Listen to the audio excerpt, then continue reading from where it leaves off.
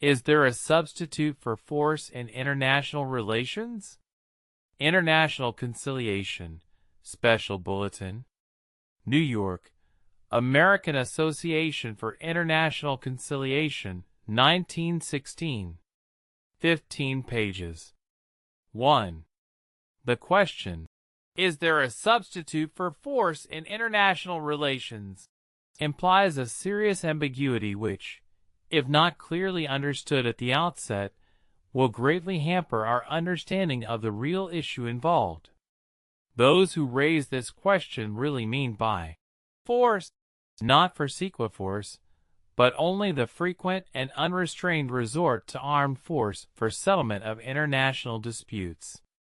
But the way in which the question is put not only begs the question from a logical standpoint, but also seriously obscures the real meaning intended by the questioner. For the wording, a substitute for force, seems to suggest that the substitute to be sought is to be antithetically opposed to force, is to be devoid of force. Such a substitute there is none. For, in the words of Mr. John A. Hobson, there is no display of moral force in any act of human conduct which does not make some use of physical force as its instrument. This point will become clear if we consider a doctrine which is commonly supposed to be diametrically opposed to force, namely, the doctrine of non-resistance. When this doctrine is advocated, it is very often confronted by two sets of questions. Its advocate is asked either, what would you do if you saw your wife or your sister attacked by a criminal? Or, did not Christ himself use force when he drove the vendors and money changers out of the temple of God? It is regrettable that the zeal of the non-resistor often makes him blind to the truth underlying these questions. The first question implies that the problem of force cannot be solved by any sweeping condemnation of its use, but must be considered in relation to the specific and concrete circumstances which demand the application or the non-application of force. The second question points clearly to the fact that the Christian command, resist not evil, does not necessarily mean a condemnation of force as such. It seems that the doctrine of non-resistance may be interpreted as another way of saying, vengeance belongs to God. The question is not whether force is condemnable or justifiable, but whether the administering of justice should be done by the interested parties themselves or by some higher and impartial power.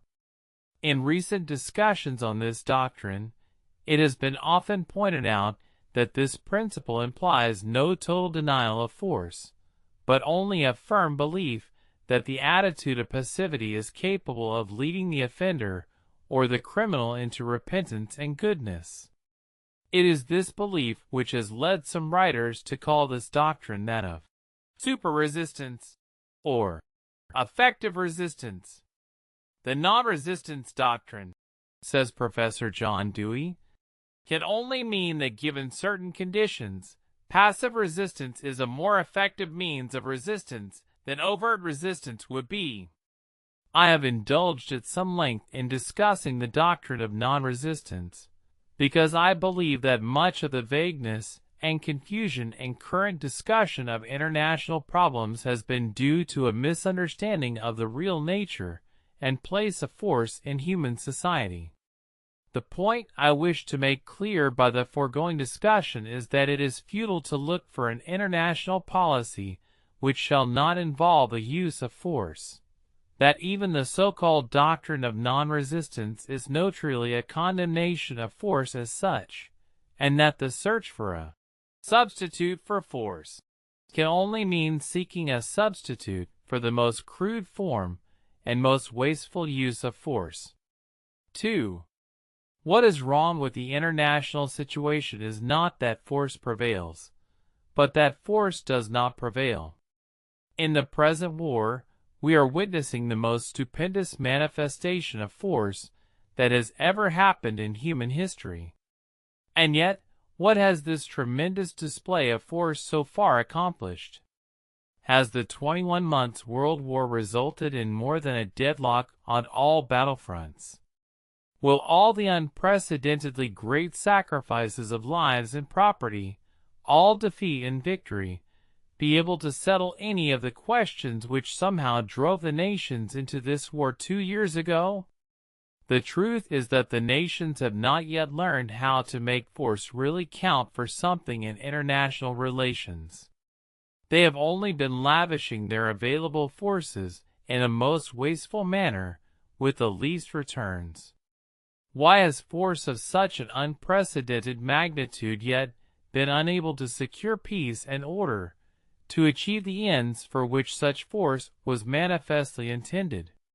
Because force has not been efficiently used, because it has been wastefully applied. Force cannot prevail if it is unorganized, unregulated, and undirected. Under existing conditions, force is employed to resist force, or, more correctly speaking, force is so employed as to create for itself hosts of rival forces. The result has been a mutual cancelment of force. Both the acting force and that acted upon are wasted in this process of mutual resistance and annulment. Our problem, therefore, is not to condemn force in toto, nor yet to seek for any substitute policy which will involve no use of force, but to find a way to make force actually prevail, that is, to avoid the wasteful use of it which leads nowhere but to self-exhaustion and annihilation. The solution of our problem lies in the organizing of the existing forces of the nations in such a manner as to minimize resistance or friction, and to ensure maximum economy and efficiency in their expenditure. The experience of mankind in gradually passing from the lawless state of the savages into the civilized state of government by law is the best illustration of the way in which isolated and conflicting forces or energies are gradually organized for the economical and efficient direction of human activities. Law, says Professor Dewey, is a statement of the conditions of the organization of energies which, when unorganized, would conflict and result in violence, that is, destruction or waste. The reign of law simply means a state of conditions where our conduct is governed by, to use a recent expression of President Wilson, a prescribed course of duty and respect for the rights of others which will check any selfish passion of our own, as it will check any aggressive impulse of theirs. It is this statement, or prescription, of the rules of conduct that enables men to avoid the wasteful expenditure of force which would necessarily result if the activities and energies of men were allowed to run wild and clash with one another. Unfortunately, what mankind has at last learned to practice within the nations themselves has not yet to any considerable extent found its way into the realm of international dealings. What is termed international law today is only a little way in advance of what may be called the stage of regulated dueling.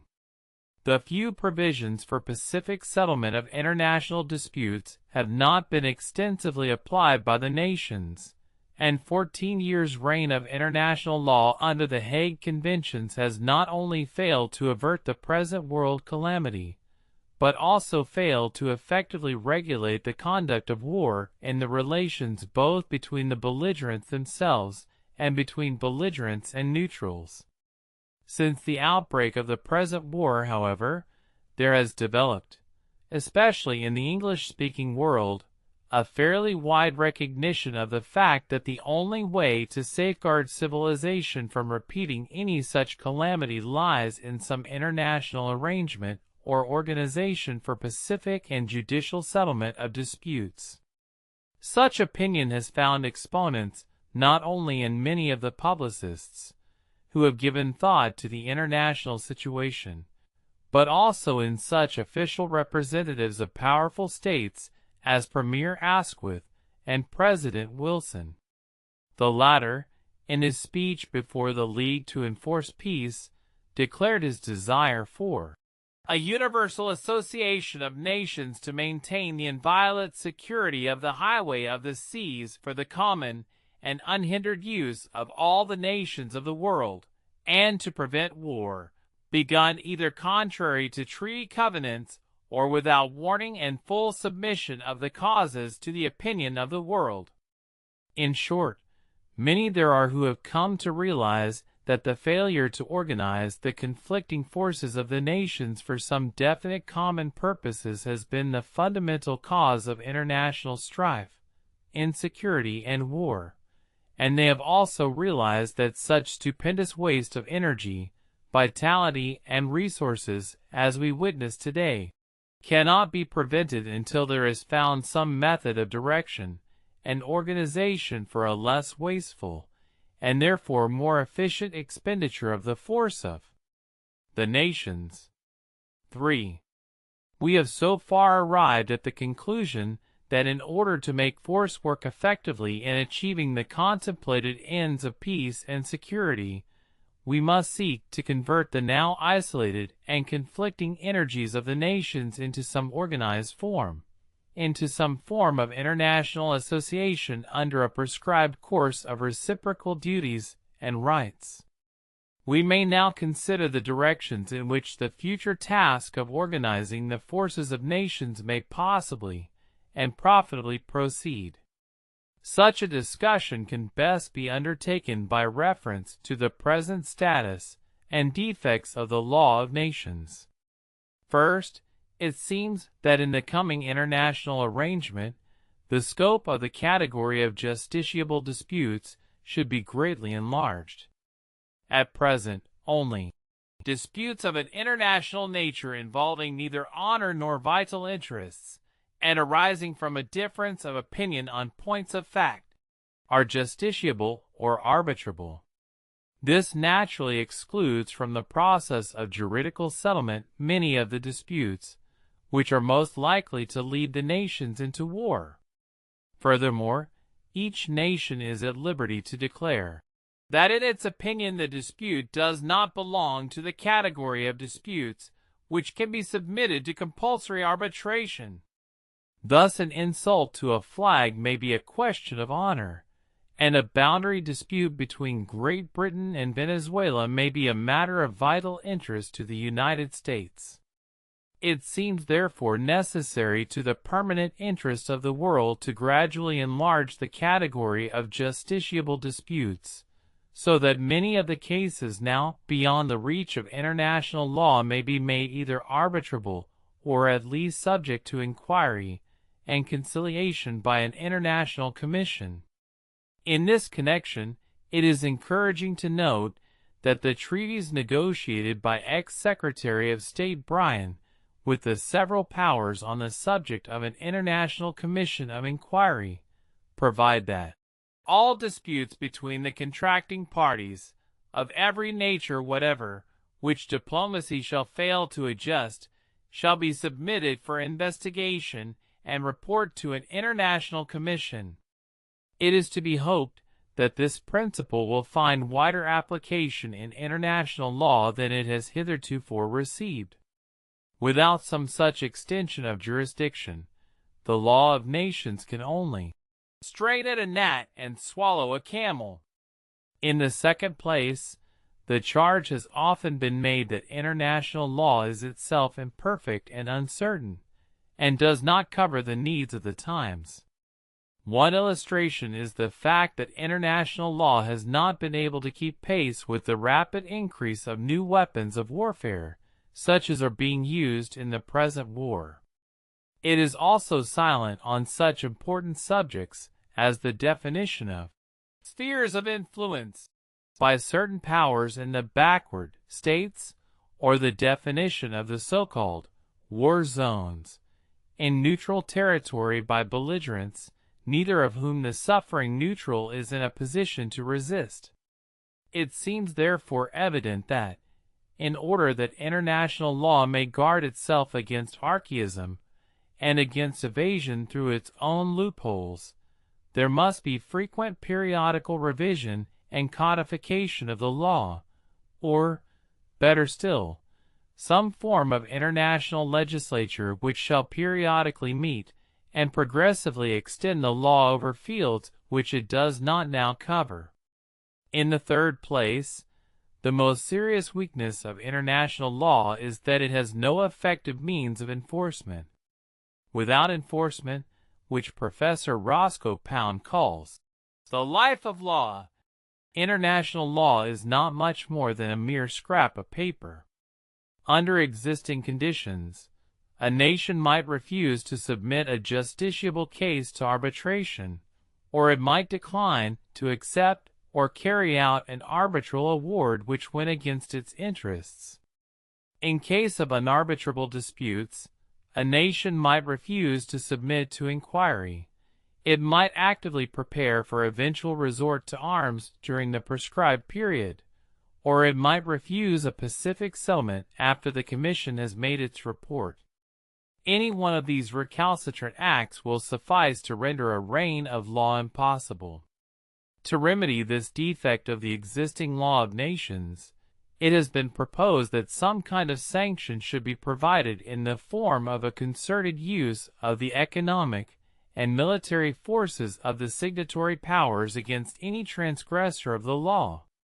There are certain obvious advantages in such an international organization of force. In the first place, it will avoid unnecessary duplication and waste.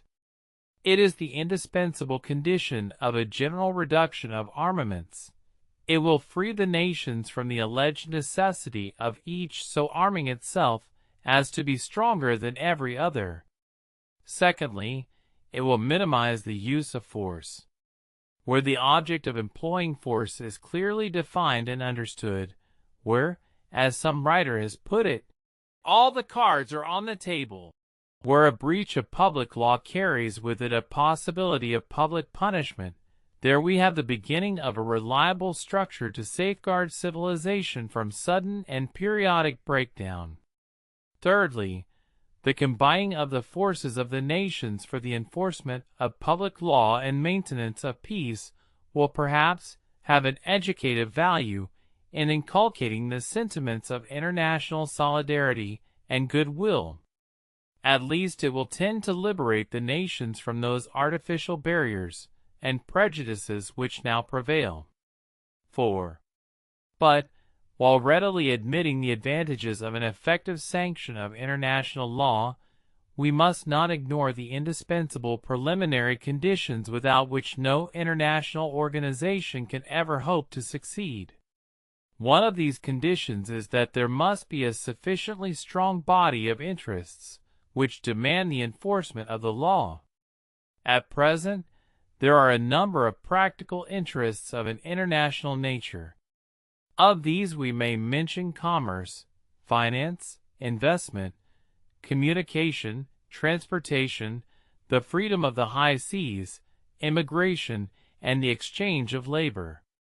All these interests have long transcended national lines, and have become what has been termed transnational in character. National defense, too, has become a transnational problem. No nation can now rely on its own isolated force for safety and for satisfaction of injured interests, violated honor, and outraged justice. Interests of such an international or transnational nature need only to be made articulate and conscious of their own needs in order to become a firm foundation on which to build an effective international structure. But such interests alone are not sufficient. Government by law has not been created by private interests alone, but has come about as a result of many centuries of conscious thought and deliberation, of the development of political and legal philosophy. Likewise, international government by law and combined force cannot arise from practical interests and inarticulate needs alone. There must be a radical change of the attitude of nations towards one another. There must be a new political philosophy and a new jurisprudence. First, we must have a new theory of the sovereignty of the state. Instead of the old theory that sovereignty consists in freedom from external juridical responsibility, we shall teach that the sovereignty of a state is a right existence and validity of which entirely depend upon a tacit or explicit recognition and respect on the part of the other nations.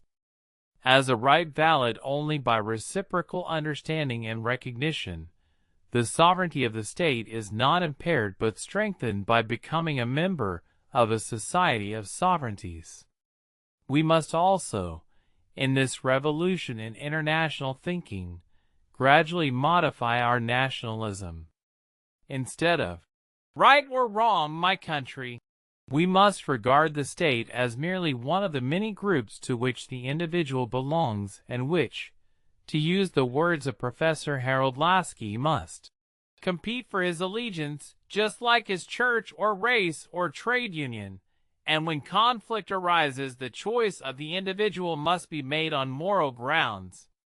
Instead of exalting the nation-state, über alles, we must realize that the state is only a means to the well-being and free development of the individuals that compose it, and that whatever improvement of world organization tends to enhance the safety of the state from external threats of aggression and destruction is entitled to the devotion and support of every patriotic citizen. Furthermore, there is needed a new conception of the nature, place, and function of force in human society. While admitting the necessity and value of force as a means to a desired and desirable end, thus avoiding the one-sided condemnation of force in toto, we must realize that, if the forces of the world are not coordinated to a definite common purpose, but are allowed to rival one another for superiority in magnitude and deadliness, then force cannot be used for productive ends, and is of necessity squandered in the endless process of outpowering the rival forces. In order to avoid this resultant waste and sterility, and in order to ensure a maximum economy and efficiency, it is necessary to organize and direct the rival forces, not towards mutual resistance and therefore mutual cancelment, but towards the cooperative achievement of some positive ends of common interest. Force cannot be rationalized until its use is socialized or internationalized. Not until such a conception of force shall be widely popularized and intelligently applied to international as well as to national life, can there be a really reliable substitute for the present wasteful and destructive employment of force in international relations. And, lastly, those who desire and work for a better international order will have constantly to fight against that inveterate habit of thinking which may be termed historical fatalism. They are frequently reminded that deliberate planning and conscious effort have little or no place in determining the course and destiny of mankind. The march of events rules and overrules human action. These memorable words of McKinley are frequently quoted in justification of groping and muddling in international affairs. Such determinism in political thinking practical idealism must repudiate and seek to replace. That the march of events rules and overrules human action is a frank declaration of the bankruptcy of statesmanship and human intelligence. It might find some justification in those olden times, when one part of the world lived in complete isolation and ignorance of the other parts. But in these days, when rapid transportation and almost instantaneous diffusion of intelligence have actually placed the entire earth under our immediate notice, acquaintance, and influence, in these days when we actually have at our command the equipment for the effective diagnosis and control of the international situation, it is only intellectual laziness and senility that still seeks to explain away political blunders by the fatalistic deus ex machina.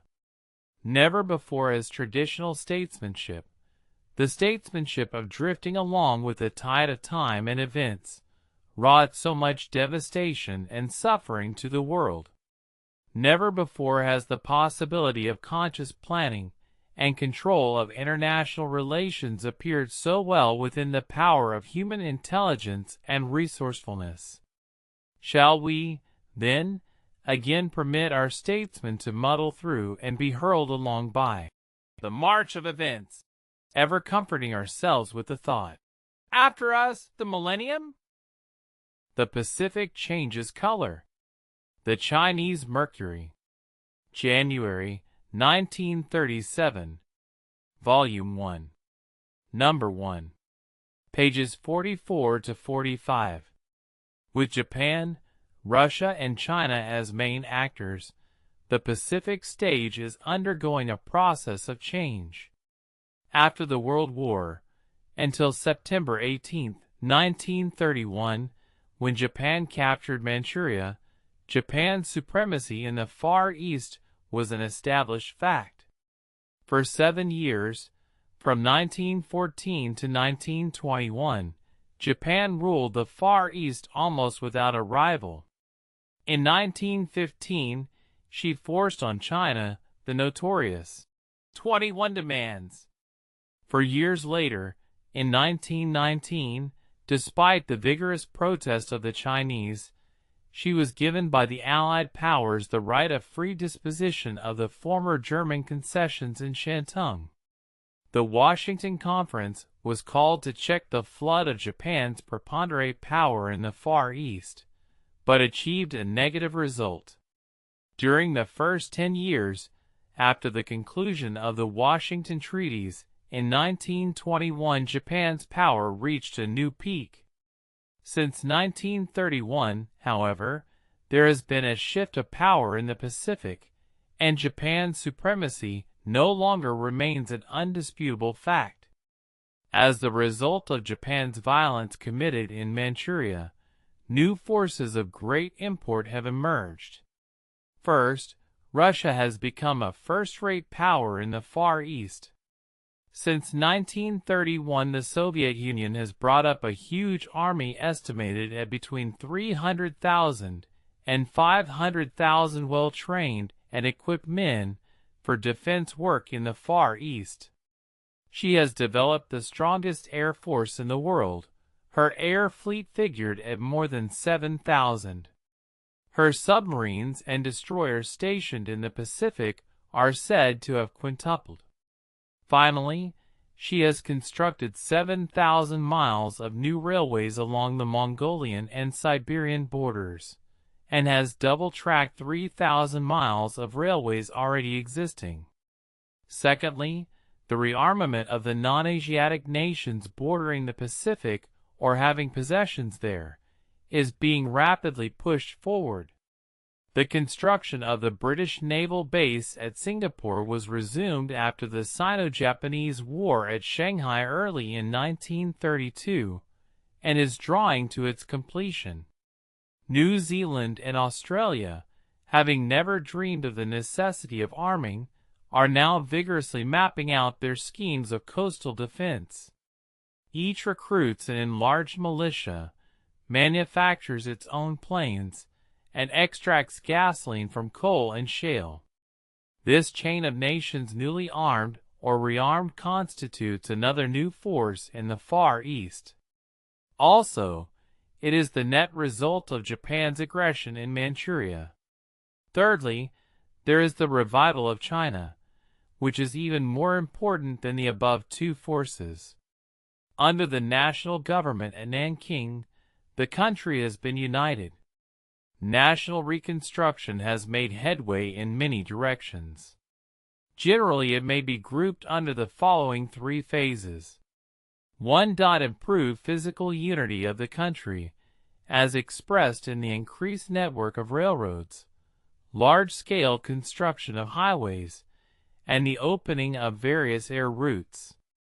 2. Improvement of the physical well-being of the people through large rural reconstruction projects, improvement of crops, extension of habitation work, irrigation of the large waterless hinterland, repairing of dikes, and dredging of rivers in order to lessen the dangers of floods and famines.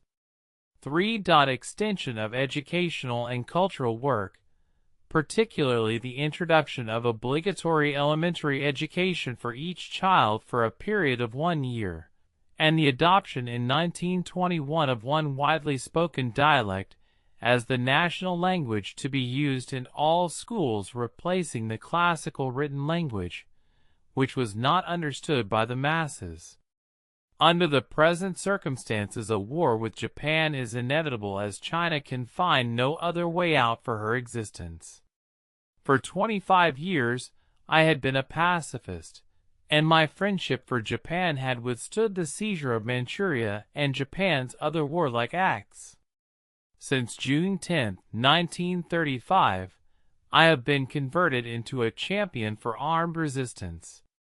That was the day the Japanese army compelled the Chinese government to order the Chinese people to cease expressing dissatisfaction with Japanese policies toward China. But before dealing Japan an effective blow, China must bend every effort to build up a strong, unified state. Indeed, a strong, unified China, once built up, will be the chief stabilizing power of the Far East. The changing balance of forces in the Pacific. Foreign Affairs. January, 1937. Volume 15. Number 2. Pages 254 to 259. Broadly speaking, there are only two views of the Far Eastern situation. There is the view of those who regard it as completely beyond any peaceful remedy. They are the defeatists. But there are still a few optimists who hold the view that recent changes in the balance of power in the Pacific may yet provide far-sighted and constructive statesmanship with an opportunity of devising some kind of peaceful adjustment. I shall try to state in the following pages the reasons for my being one of these optimistic few. Many believe that there is no longer any balance of power in the Far East, that there is only the supremacy of one nation, Japan. They believe that the semblance of international equilibrium and order, which obtained during the period of the Washington Treaties, 1921–31, was ruthlessly and irrevocably destroyed by the acts of Japan beginning in September 1931. They believe that where one power is in a position of such absolute preponderance, and where that power happens to be intoxicated with the successes it has met with in carrying through an apparently irresistible program of militaristic expansion, there cannot be any remedy or modification of the situation without an international war. From such a major premise, only defeatist conclusions can be drawn. Either the powers of Europe and America must acknowledge their helplessness in this situation, and each of them plan to withdraw the commercial and financial interests of its nationals from the Far East in order to avoid a possible conflict, or they must appease the predominant power by sacrificing all principles of international justice and the sanctity of treaty obligations in order to retain a minimum share in the spoils, or each must go on with its military and naval preparations in anticipation of an inevitable clash in the not-too-distant future. Such seemed to be the state of mind prevailing at the round-table discussions of the Institute of Pacific Relations in which I participated last summer. Shortly after that meeting, a liberal journal of opinion in the United States advocated editorially that all American merchants and firms trading in China should be withdrawn from that country, and that the American government should undertake to compensate their losses out of the money saved from scrapping the American Navy. I need not mention the other organs of opinion, which advocate creating a big Navy and a big Air Force as the only sort of language which Japan can understand. I do not propose to comment on such views. I only wish to point out that there is this defeatist attitude toward the international situation in the Pacific. To build a big navy without backing it with a constructive policy is defeatism.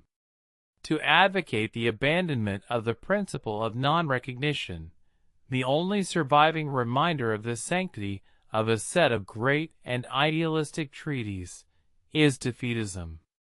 And the mere pious wish to avoid a clash by scrapping the American Navy and abandoning a continent of commerce and investment is no less defeatism. I venture to suggest that this defeatism in all its forms is based upon an erroneous understanding of the present situation in the Pacific area. It is erroneous today to think of that situation as one of Japanese supremacy unmitigated by any changes in the balance of forces. Such changes have been taking place since 1931.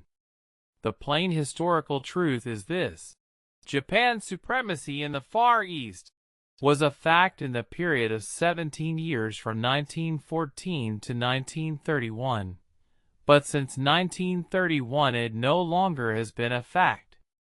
It is unnecessary to recount how at the outbreak of the World War in 1914 the semblance of a balance of power, which had prevailed since the close of the Russo-Japanese War in 1905, completely broke down. Great Britain, Russia, and France were engaged in a life-and-death struggle in Europe. The Far East was left in the hands of Britain's ally, Japan, who proceeded to wipe out all German possessions and influence on the Chinese coast and in the Pacific Ocean. For 7 years, from 1914 to 1921, Japan ruled the Western Pacific almost without a rival. This supremacy was evidenced by Japan's 21 demands on China in 1915.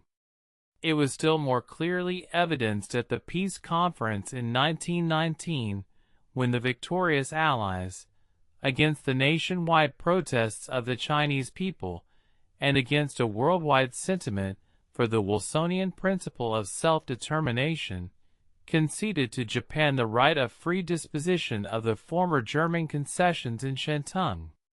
The Washington Conference was called to readjust the problems of naval disarmament and the Pacific problems left unsolved by the Paris Peace Conference.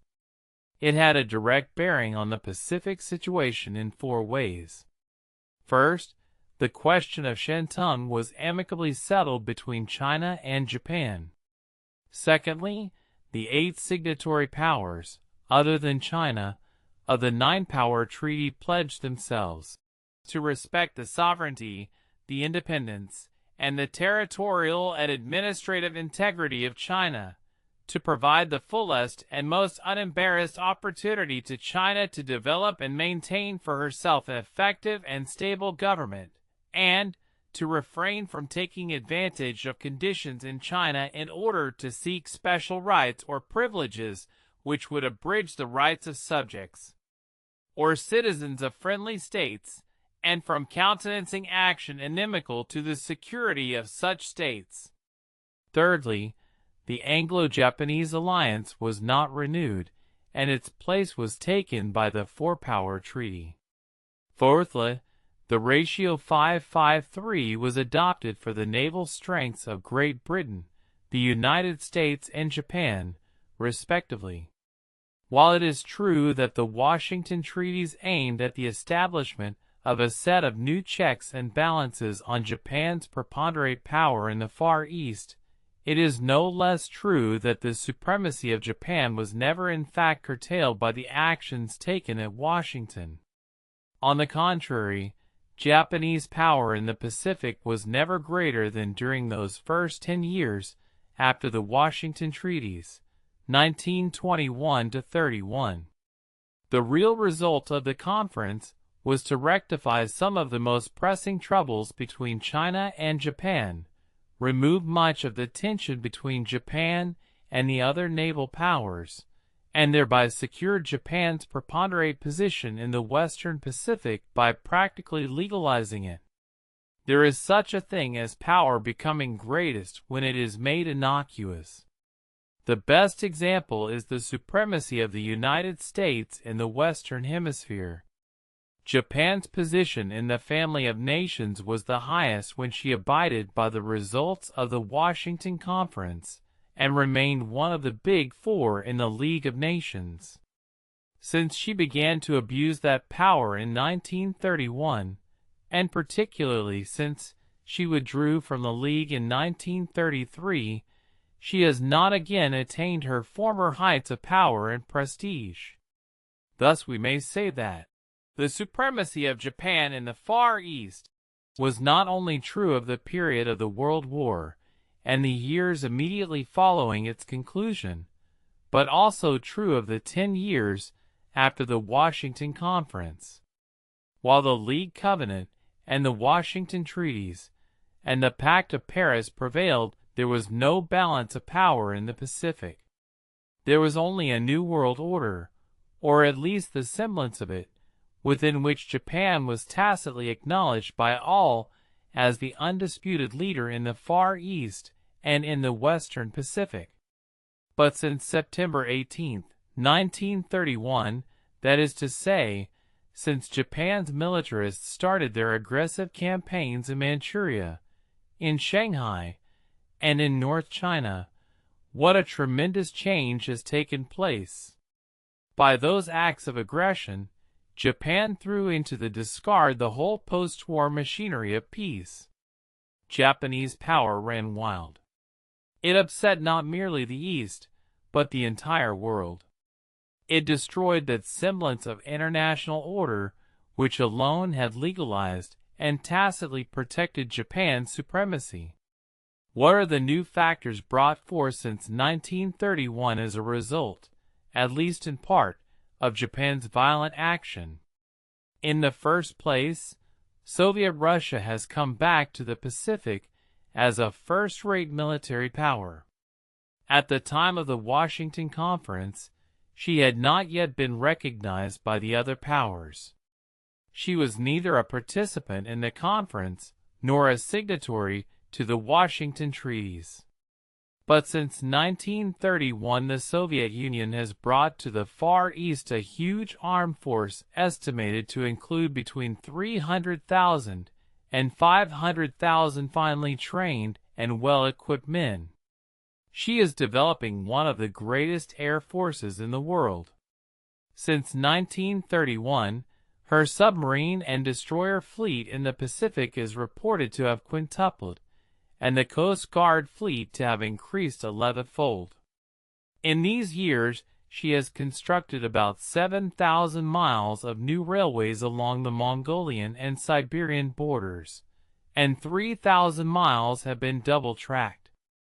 And behind all these there has taken place the most remarkable progress in industrialization, not only in European Russia, but also in the Soviet Far East.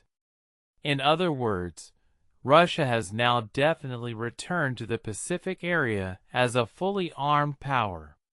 She comes, too, possessed of new and vast industrial resources. Japan must now reckon with her more than ever as a factor in the Pacific scene. The second new factor is the rapid rearmament of all the non-Asiatic nations bordering the Pacific or having possessions there. A continuous ring extends from the Aleutian Islands to Singapore and the Dutch East Indies. We read the other day that for the month of July 1936, the Dutch Indies were the heaviest buyers of American ammunition. The construction of the British naval base at Singapore, after being suspended for a time, was vigorously resumed after the fighting at Shanghai early in 1932. This most gigantic naval base in the world is now practically completed. New Zealand and Australia, the two paradises of the southern Pacific Ocean which had never dreamed of the necessity of arming, are now seriously working out their own schemes of coastal defense. Each is recruiting an enlarged militia, manufacturing its own planes, and laboriously extracting gasoline from coal and shale. Recently, when I was in Winnipeg, I read in the Free Press that Canada, too, is going to have a new navy. And the United States is constructing new armaments and fortifications from the Philippines to Alaska, and undertaking a heavy naval building program. This ring of nations newly armed or rearmed must be considered a new factor produced since 1931 by Japan's actions. Last but not least, we must note the rapid rise of the national state of China. The unification of China under the national government at Nanking is the outcome of Japan's aggression. In the dark shadows of national humiliation, a unified Chinese state is taking form. During the first 2 years following Japan's aggression in Manchuria, Japanese spokesmen everywhere declared that China was not an organized modern state, and should not be accorded the full rights and privileges which such states enjoy.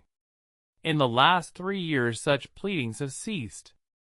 In their place, we constantly hear statements from Japanese militarists to the effect that the Empire of Japan cannot coexist with Chiang Kai-shek's government. Shall the empire surrender to him?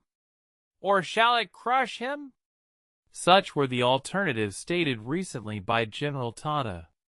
Long before the outside world became aware of it, the shrewd eyes of the Japanese military had begun to see the growth of a nationalistic China, and perceived that it would have an increasing power of resistance to external aggression. This new factor in the Pacific scene may indeed turn out to be the most important of the three which I have enumerated. For, as John Hay knew, an independent and strong China is necessary not only for the maintenance of the open door, but also for the stability and peace of the Far East.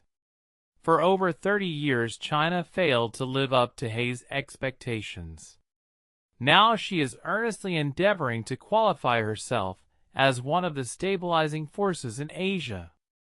Such are the new factors which now are entering into the balance of forces in the Pacific and changing the balance so that Japan, though she still plays a mighty role, is no longer supreme. Evidently, if these new factors are not properly organized, they may lead towards a terrible international conflagration. It might begin with a war forced on China by Japan's continued aggression, and gradually it might involve Soviet Russia, Great Britain, and ultimately the United States. In the modern world, war is as truly indivisible as peace. No nation bordering on the Pacific or interested in its fate can hope to escape being involved in any major Pacific conflict. But wise statesmen may also discern in this changing balance of power new possibilities for a peaceful adjustment of the Pacific world. They may now discover a way to create a regional peace machinery which has as participants the United States, the Soviet Union, and the British Empire, with all its Pacific members, as well, of course, as Japan and China.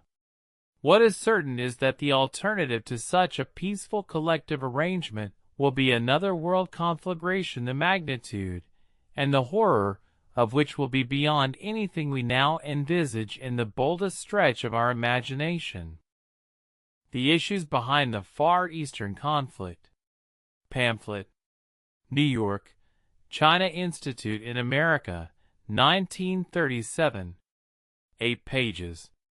In my humble opinion, the real issues behind the present conflict in the Far East are two.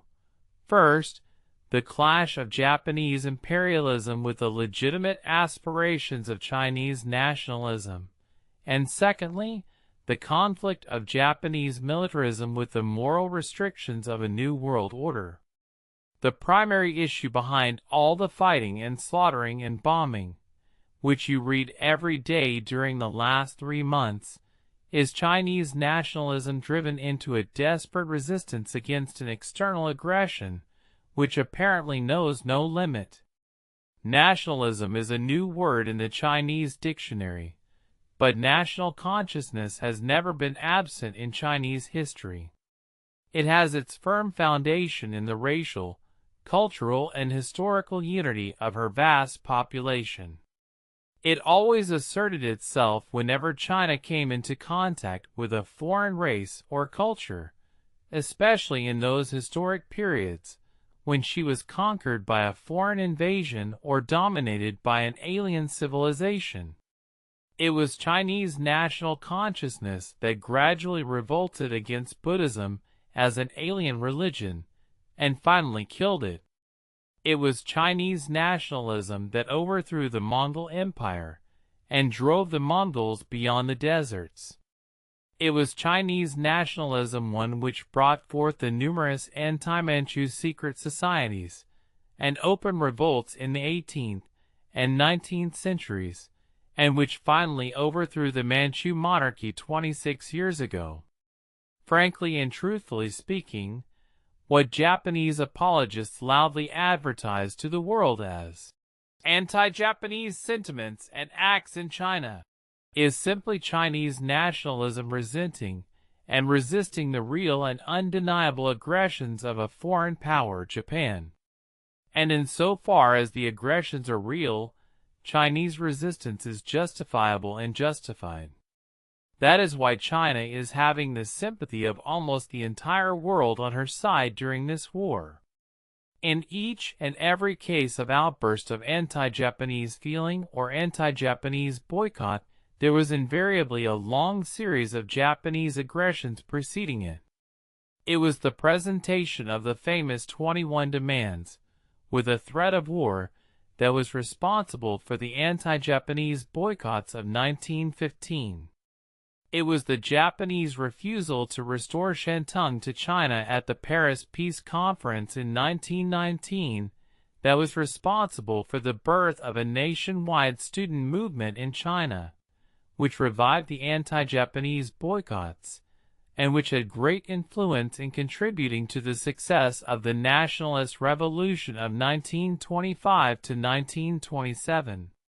And, of course, it was the 6 long years of unwarranted, unlimited, and insatiable Japanese invasions and aggressions involving a total loss of Chinese territory as large as a fifth of the continent of Europe, and carrying with them the most humiliating intrigues and insults which no human patience could long forbear.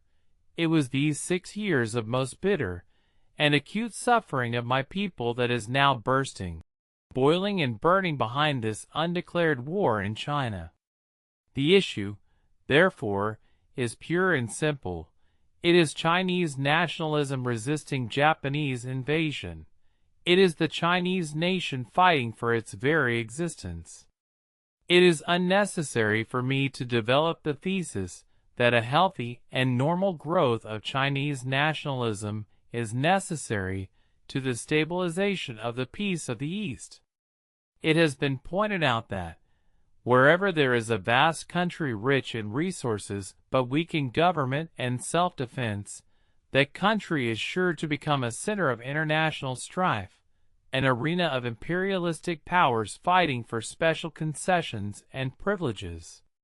For decades, the weakness of the Chinese government has been a temptation to aggressive powers, and the map of China to this day shows clear traces of that imperialistic struggle which prevailed in Southeastern Asia during the last decades of the last century. Far-sighted statesmen of the world have always maintained that peace in the Far East is only possible when there is a free and independent China to ward off encroachments from outside.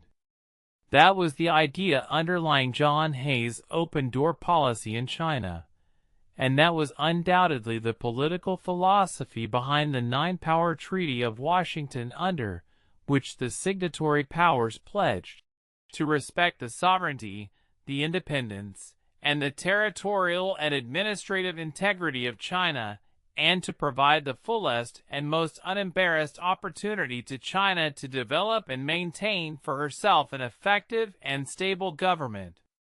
China had failed to live up to such expectations until the last decade when, as the world knows, she has actually begun in earnest to unify the country, modernize her institutions and her means of transportation and communication, and build up an effective and stable government.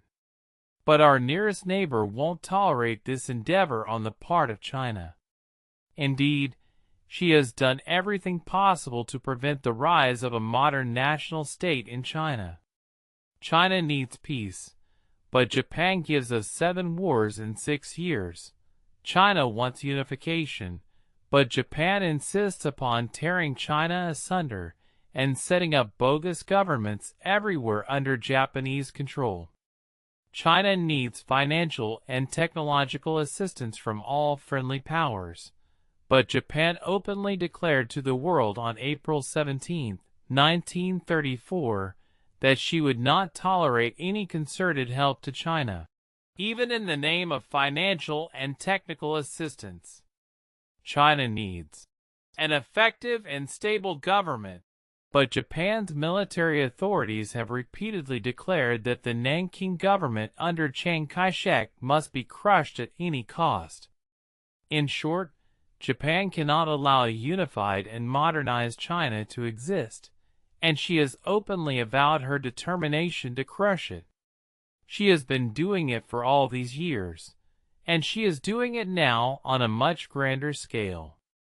Is it exaggerating the issue when I say that China is fighting for her very existence? This, then, is the first issue behind the war. But there is another and larger issue involved in the present conflict, which concerns not China alone, but the whole world. This issue, I have stated, as the clash of Japanese militarism with the moral restrictions of a new world order. This is the issue which formed the central thesis of President Roosevelt's Chicago speech and of Secretary Hull's Toronto speech. This is the issue of the resolution adopted by the Assembly of the League of Nations on October 6, and of the statement of the American government made on the same date endorsing the League resolution. And, curiously enough, this is the same issue behind the theory of the so-called have-not nations having a right to invade and plunder the possessions of the have nations. Historically, the so-called have-not nations, Italy, Germany, and Japan, achieved their political unity about the same time, around 1870, and arose to the position of world powers much later than the other great powers. They entered the arena of imperialistic strife at a time when the earth, with the exception of a few storm centers, was already almost completely appropriated by the few colonial empires. During the last decades of the last century, the struggle for colonies and special concessions was very acute, and the law of the jungle reigned in those regions where the absence of a strong native government had invited imperialistic encroachment. But, with the turn of the century, a new and more humane kind of international relationship was slowly making its first appearance. The same Tsar of Russia, who had been grabbing territories in Eastern Asia, was calling the First Hague Conference, which resulted in the establishment of the First International Court. The open-door policy in China was announced by America in 1900. Peace movements and peace foundations were coming up in the democratic countries. A new international idealism was visibly at work for the rise of a new and more idealistic world order. Even the World War did not uproot this new internationalism, which, because of the terrible sacrifices of the war, had even more sympathetic and enthusiastic supporters and advocates throughout those agonizing years of the war and the armistice. Even in the war message of President Woodrow Wilson of 20 years ago, we read that, "We are at the beginning of an age where it will be insisted that the same standards of conduct and of responsibility for wrong done shall be observed among nations, and their governments that are observed among the individual citizens of civilized states. A steadfast concert for peace can never be maintained except by a partnership of democratic nations. The great American president was universally acclaimed the leader of this international idealism, whose state papers, and in particular whose 14 points, were eagerly read and accepted as the tenets of the new world order that was to come after the war. However disappointing the Versailles Peace Treaty may have been to some of us, a treaty which the Chinese delegation refused to sign, the peace conference has left to the post-war world at least one monumental edifice of Wilsonian idealism in the founding of the League of Nations. The Covenant of the League pledges to respect the territorial integrity of the member states, stipulates international inquiry, arbitration and conciliation as the means for settling international disputes, and provides economic sanctions against nations resorting to war in violation of the provisions of the Covenant. For more than a decade, the League stood as the most concrete embodiment of the ideals of international peace yet invented by mankind. During that memorable decade, a number of similarly idealistic pacts and treaties were produced to supplement the League Covenant. These include the Nine-Power Treaty, the Naval Disarmament Treaties, the Treaty of Locarno, which brought Germany into the League of Nations, and which was then heralded as the stabilizer of the peace in Europe, and the Kellogg-Briand Pact of Paris, which was to outlaw war as a means for settling disputes between nations. Thus, for more than 10 years, there actually existed a new and more civilized world order supported by an interlocking and overlapping set of international treaties. Now, it is not true that this new world order has been beneficial only to the small or weak nations. Law and order, national or international, protects and benefits the strong as well as the weak. If there be any partiality, it is usually in favor of the strong. For law and order the world over is usually made and maintained by the strong and powerful, who naturally derive greater benefits from it. Within the New World Order which prevailed in those years, the great powers were the greatest beneficiaries. France, for example, never felt safer than in those years. Great Britain practically gave up naval building and abandoned her project of constructing a great naval base at Singapore. Even Japan, who was always grumbling about the naval ratio of 5 to 5 to 3 and felt herself oppressed under the Washington treaties, has never attained such height of international prestige and respect as she enjoyed in those years.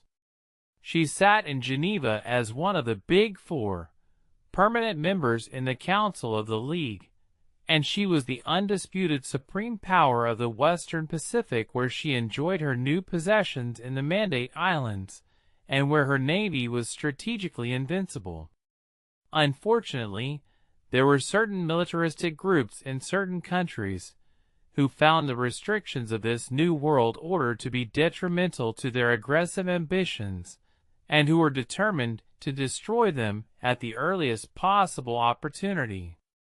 Thus, all of a sudden, this new world order was scrapped by the brutal hand of the Japanese military on the evening of September 18, 1931. In 3 months, the Japanese army had invaded and occupied all the 3 provinces in Manchuria. In January 1932, she started the First Shanghai War, which lasted 40 days, and which cost 120,000 lives and damaged property estimated at over $400 million gold. China appealed to the League of Nations and to the signatories of the Nine-Power Treaty and of the Pact of Paris, but Japan defied the world by leaving the League and by declaring that she was fighting a war of self-defense and that all the idealistic treaties, to which she had been a signatory were no longer applicable to her. With economic depression deepening everywhere, the whole world was powerless and helpless in coping with the situation and saving the New World Order from ruin. On January 7, 1932, the United States, through her Secretary of State, Mr. Henry L. Stimson, proclaimed the doctrine of non-recognition in identical notes to China and Japan. This doctrine was adopted by the Assembly of the League of Nations in a resolution which reads, "The Assembly declares that it is incumbent upon the members of the League of Nations not to recognize any situation, treaty, or agreement which may be brought about by means contrary to the covenant of the League or to the Pact of Paris." This Stimson doctrine remains to this day the solitary reminder of the sanctity of a set of great and idealistic treaties, one of which, the Nine-Power Treaty, however, is recently revived by the calling of its signatory powers to meet in a conference at Brussels to discuss the Far Eastern situation. Undoubtedly, the destruction of the New World Order by denying the sanctity of treaty obligations is the greatest crime committed by the Japanese military, by the Japanese government which submitted to them, and by the Japanese nation which tolerates them and rationalizes and apologizes for them.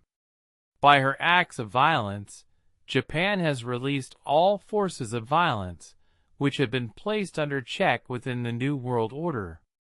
It has been reported that, when Japan finally withdrew from the League of Nations in open defiance of the world, a German cabinet minister said to the Japanese delegate, "We do not think you are right, but we thank you for your example." That was in the year 1933, the year of Hitler's ascendancy to power, and the year in which Mussolini began to plan his invasion of Ethiopia. Japan's example has been faithfully copied by other powers, who were signatories to all the early resolutions of the League condemning the action of Japan, including the one embodying the Stimson doctrine of non-recognition, but who, when they saw Japan's acts of violence go unchecked and undisciplined, were inspired to join her in their common cause to fight against the troublesome restrictions of a new world order. In a sense, China may be said to be fighting the war on behalf of the whole world. After 2 years of ardent appeals to the League of Nations and to the signatories of the Nine-Power Treaty and the Pact of Paris, and after 6 long years of futile attempts to maintain peace and avoid a war, China is at last forced to fight for her own existence as well as for the maintenance of law and order in the family of nations. But it is not only the weak nations like China that are the victims of the destruction of the world order, which, as I have shown, protects and benefits the strong as well as the weak. In the last 6 years of international anarchy, all the great powers of the world have been worried, troubled, humiliated, and even seriously threatened by the aggressor nations. Soviet Russia has had to amass a huge army of nearly 500,000 men on her far eastern frontiers. Great Britain has hurriedly resumed and speedily completed her long-abandoned naval base at Singapore, and is now spending $7.5 billion on her rearmament program. Even the peace-loving United States has had to revive her huge naval building program and to strengthen her naval fortifications in the Pacific. Even Australia and New Zealand, the 2 peaceful paradises of the Southern Pacific, are seriously worried and are trying hard to build up their forces of national defense against possible attacks from the Northern Pacific. Truly, as President Roosevelt has said in his Chicago speech, there can be no possibility of peace either within nations or between nations except under laws and moral standards adhered to by all. International anarchy destroys every foundation for peace. It jeopardizes either the immediate or the future security of every nation, large or small. This, then, is the second and larger issue behind the present conflict in the East. It is the issue of international anarchy versus world order. And, because this era of international anarchy began with Japan's invasion in Manchuria in 1931, Japan must be named public enemy number one in the family of nations, and must be held responsible for the crime of destroying the New World Order, which represented decades of idealistic thinking, and which it may require another world conflagration to rebuild. To have not and want to have. The Annals of the American Academy of Political and Social Science. July, 1938. Volume 198. Pages 59 to 64. Almost exactly 18 months ago, in the same hotel and under the same auspices, I had the pleasure of speaking from the same platform with a distinguished Italian scholar who defended the right of the have-not nations to seek outlets for their population pressure and to control sources of supply for raw materials. He frankly said, "Force is the only solution.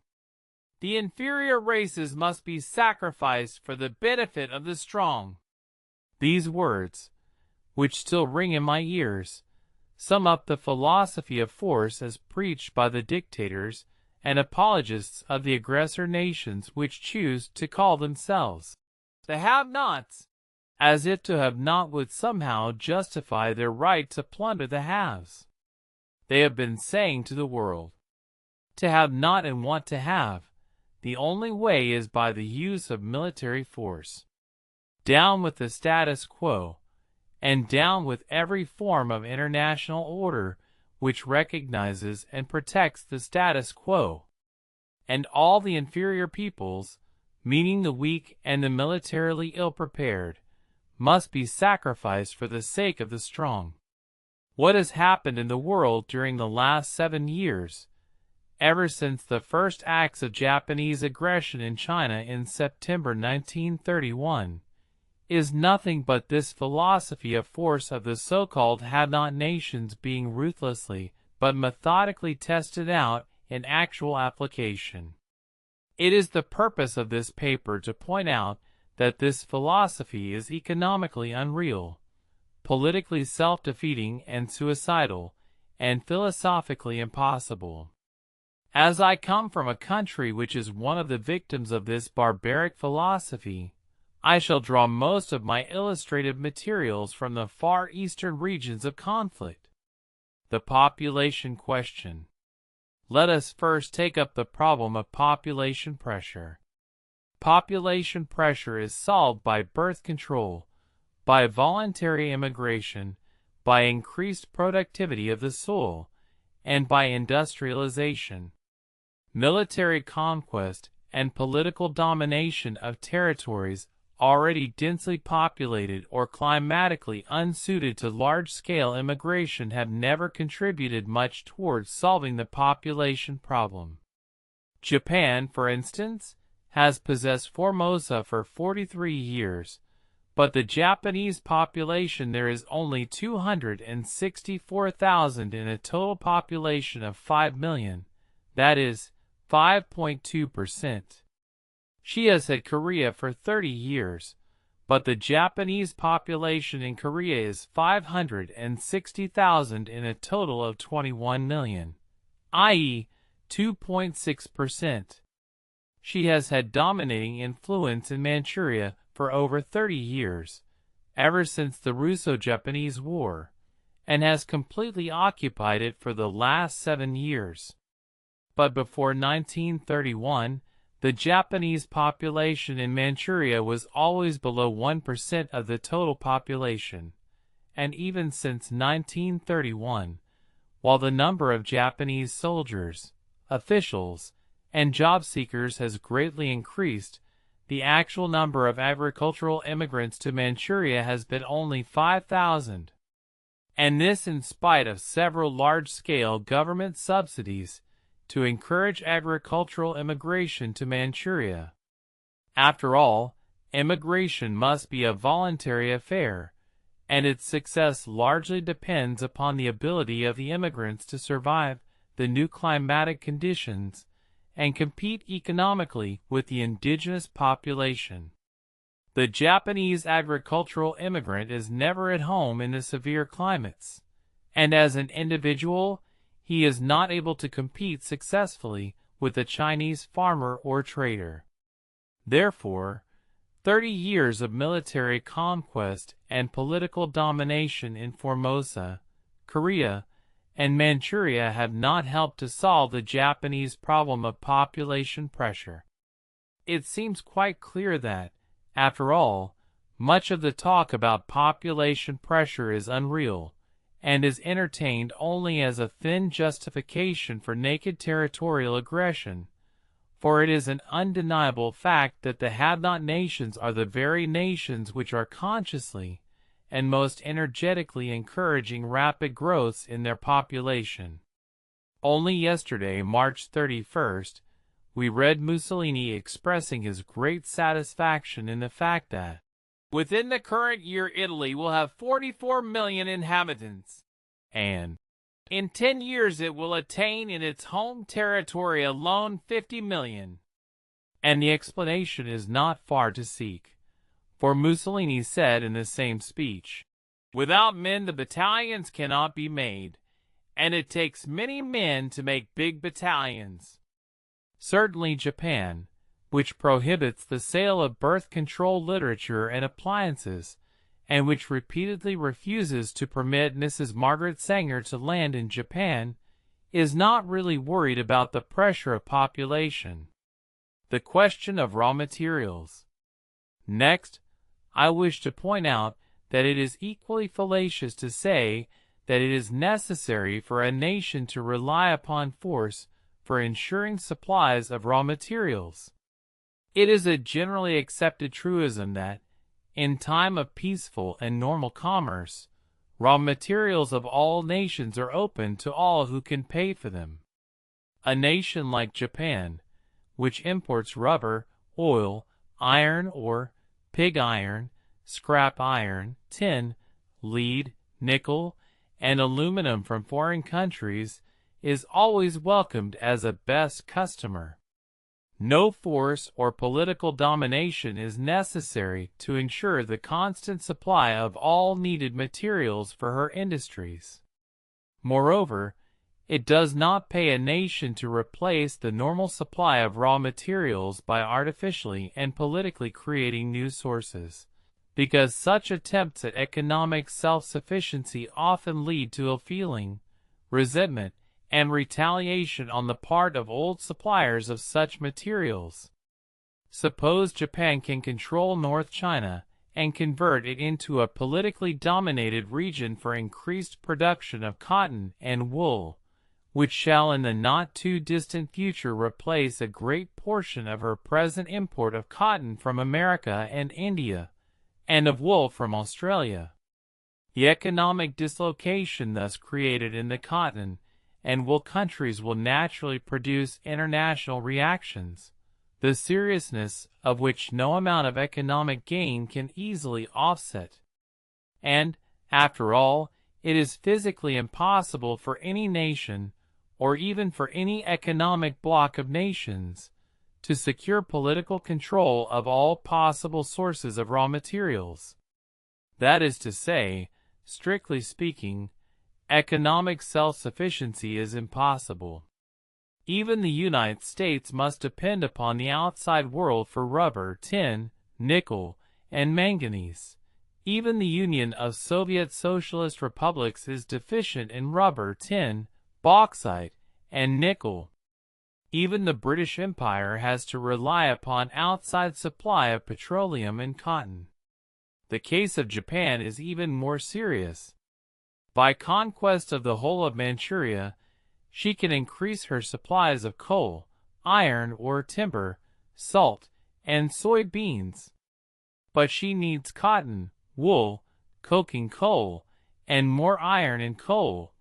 So she has been talking about an economic bloc of Japan and the so-called Manchukuo and North China.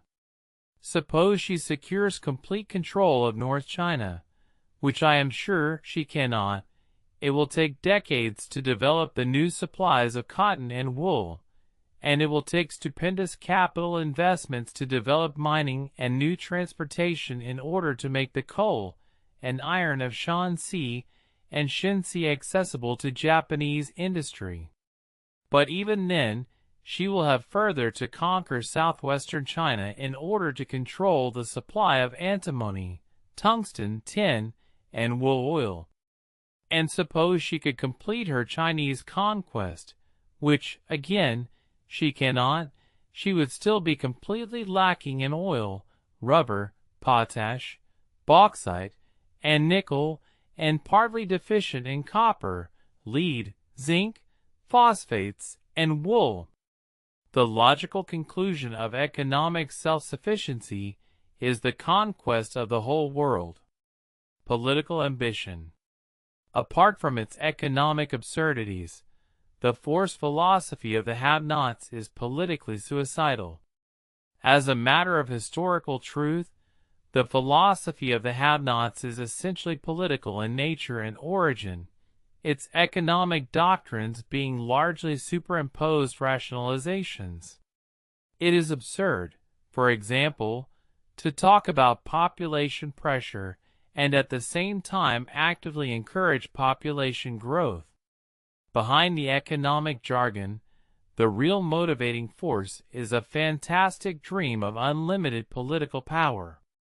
Hitler dreams of his new Germanic Empire, Mussolini his new Roman Empire, and the Japanese military, their great continental Japanese Empire, and their world empire which, as Hideyoshi dreamed 300 years ago, shall cover the whole world wherever the sun shines. In attempts to secure political power, the dictators of the have-not nations have been fairly successful. Mussolini, in 13 years, has remade Italy. Hitler, in 6 years, has forcefully brought about many redresses of Germany's grievances under the Peace Treaty of Paris. And the Japanese military, too, have succeeded in at least temporarily reconsolidating their political power against the dangers of a rising industrial democracy, which threatened to limit the political control of the military caste. But this political success of an individual or a class should not blind us to the stupendous losses which their respective nations have had to sustain in increased national economic burdens, in sacrifices of individual liberty and standards of living, and in the international enmity and antagonism aroused all round. Take the case of Japan. In the 7 years since her first invasion of China in 1931, Japan has had to increase her national expenditure by 4 times, her military and naval expenditure by 8 times, and her national debt by almost 100%. And the war in China is only 8 months young. It is estimated by expert economists that the total gold reserve of Japan, including her newly mined gold, will be exhausted by the end of 1938, and that by the same time there will be at least 5 billion yen's worth of unsold government bonds, which the market cannot possibly absorb. And what a degradation of Japan's position in the family of nations in these 6 years.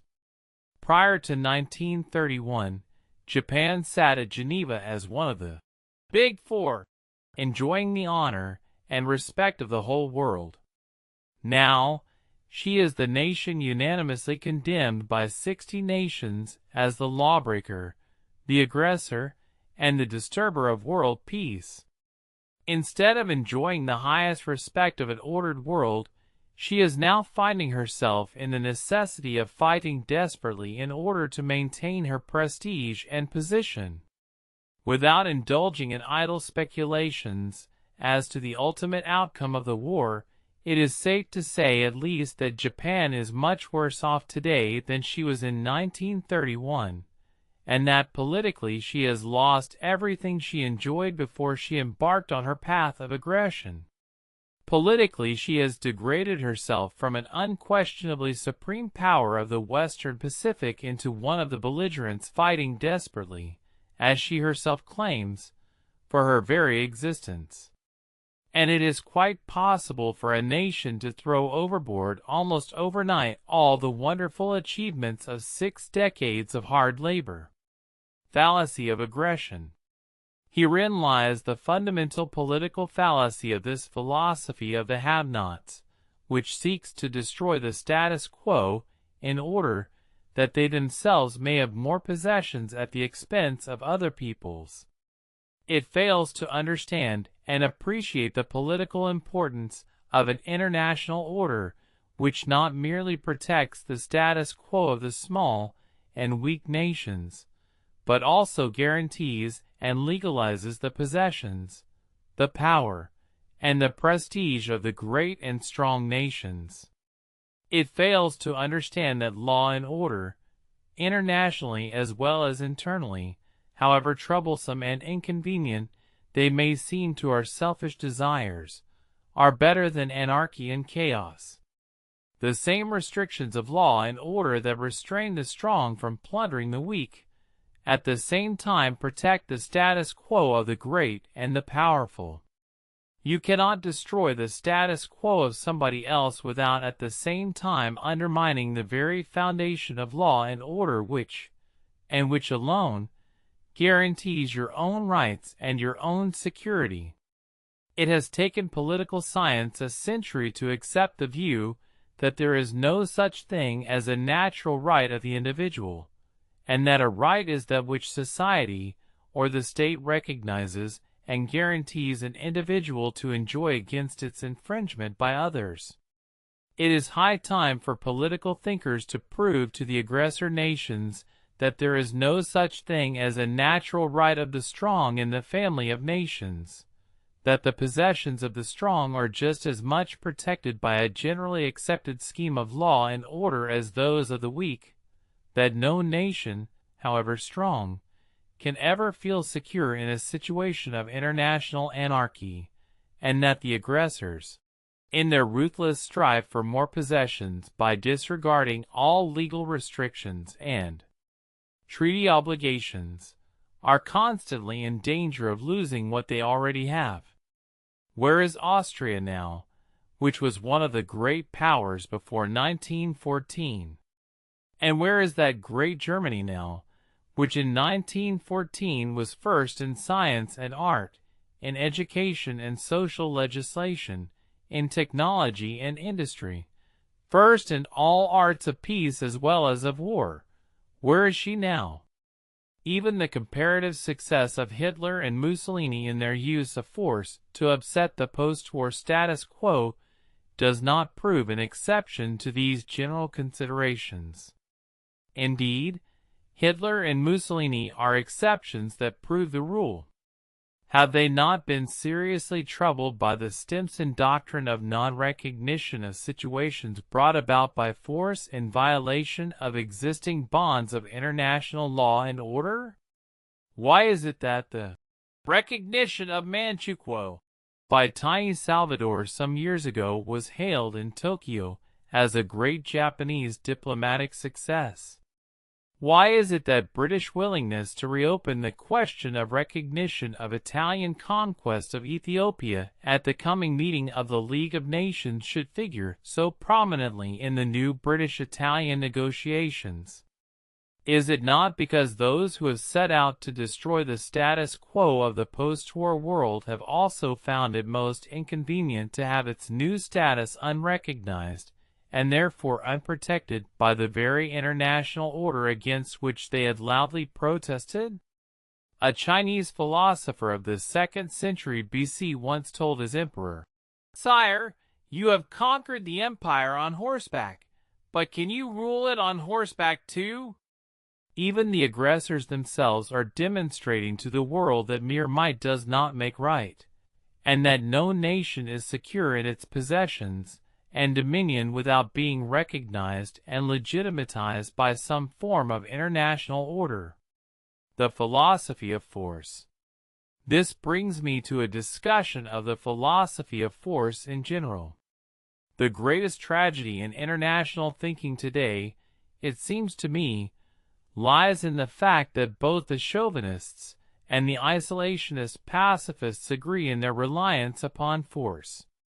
They both believe that force is the only solution. They all fail to see that what is wrong with the world today is not that force prevails, but that force does not and cannot prevail.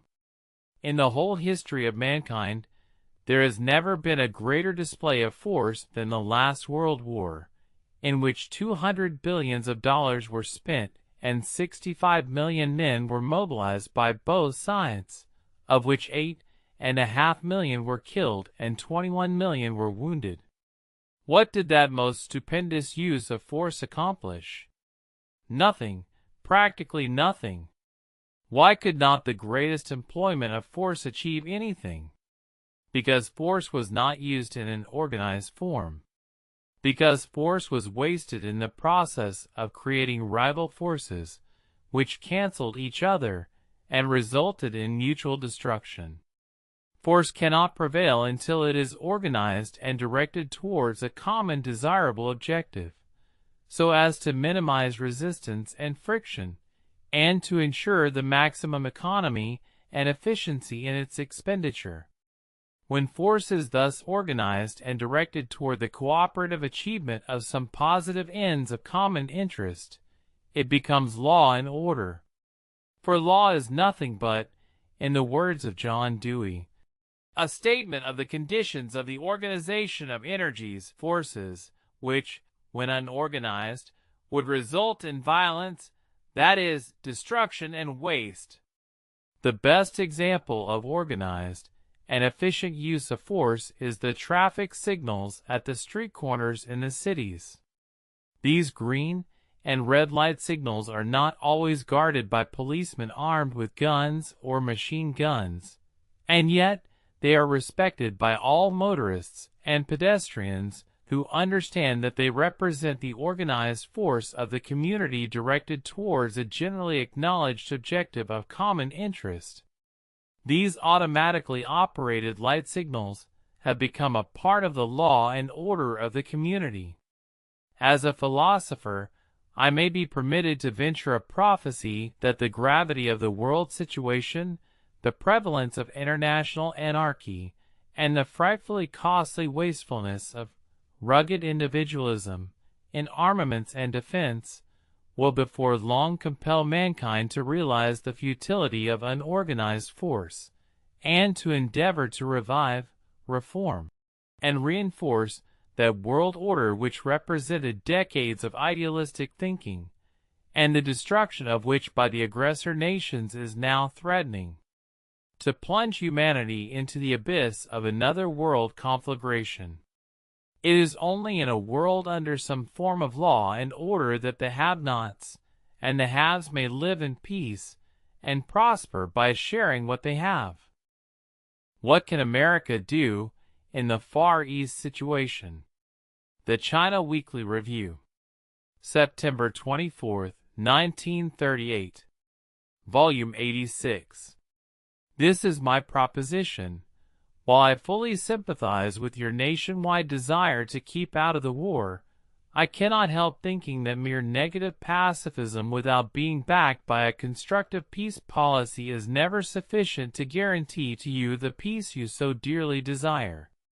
What China expects of America, indeed, what the whole civilized world expects of America, is an active and positive leadership for international peace and justice, a leadership to prevent wars, to call a halt to aggressions, to plan and cooperate with the democracies of the world to bring about collective security, and to make this world at least safe for humanity to live in. I am sure that the people of this great republic have enough imagination to realize that this country is sufficiently powerful to undertake such active constructive leadership for peace without incurring the risk of being involved in international intrigues and wars. On the contrary, it may turn out that such active international leadership may be after all the only effective means to achieve the end of keeping yourselves out of the war. When 32 years ago, a great American president called a halt to a bloody war and brought about peace between Japan and Russia, did he thereby involve this country in a war? When again 17 years ago, the American government called the Washington Conference, which gave 10 years of peace to the Far East, and which put a brake on the rivalry in naval armaments for 10 years, did it thereby involve this country in a world war? That was what I said to the American nation 9 months ago. During these 9 months, 3 sets of events have developed in connection with the Far Eastern situation, and I am sure these developments have not escaped your notice. First, China has been literally bleeding to death. There have been 1 million war casualties, including the killed and wounded. These are now, according to most conservative estimates, at least 60 million civilian sufferers who are fleeing the armies of the invader and are roving the country without shelter, without medical aid, and in most cases without the barest means of subsistence. And there are every day hundreds of innocent non-combatants being murdered and slaughtered by the bombers of the Imperial Army of Japan. And the floods of the Yellow River are adding other million of civilian sufferers. The second development has been the gradual intensification of the sympathy of the American people for China in the present conflict. The American people have never been neutral in the Sino-Japanese War. You cannot be neutral in a situation where the right and wrong are as clear as day and night. Nay, your sympathy is at least 99% on the side of China and against Japan. Your sympathy is best evidenced in your generous response to all kinds of appeals for medical aid and civilian relief in China, in your enthusiastic participation in the voluntary boycott against Japanese goods, and particularly in your recent outburst of indignation against the ruthless and inhuman bombing of the civilian population in Canton and other cities. When I was traveling in Canada a few months ago, a newspaper interviewer asked me, "What good can all this sympathy do to China in the war?" I said to him, "Young man, don't underestimate the value of this overwhelming sympathy. It makes a world of difference in a modern war whether you are fighting with the conviction that the sympathy of the civilized world is with you, or you are fighting in the consciousness that the whole civilized world is condemning or cursing you. And we are quite confident that the day will come, as it did come in 1917, when the immense sympathy of a great nation, under idealistic leadership, will express itself in collective action and practical statesmanship." The third development has been the definite formulation of an American policy toward the Far Eastern situation. In a series of widely published documents, dated from last July to March and May of this year, the great leaders of the American government have announced to the whole world a definite and consciously thought-out policy with regard to the Far Eastern situation. The gist of that policy, as you all well know, is an unreserved condemnation of international anarchy and a determined advocacy of the maintenance of international peace and justice by the restoration of the reign of law among the nations. On several occasions, your Secretary of State, Mr. Cordell Hull, has declared, "The interest and concern of the United States in the Far East are not measured alone by the number of American citizens residing there, or by the volume of investment and trade. There is a much broader and more fundamental interest, which is that orderly processes in international relationships be maintained, And last October, President Roosevelt said in his famous Chicago speech, "Most important of all, the will for peace on the part of peace-loving nations must express itself, to the end that nations that may be tempted to violate their agreements and the rights of others will desist from a course. There must be positive endeavors to preserve peace." These statements represent the central points of the American government's Far Eastern policy, which is exactly the type of positive and constructive international leadership that the peace-loving people of the whole world have been expecting, and have a right to expect, from the people and government of the most powerful and most peace-loving nation in the modern world.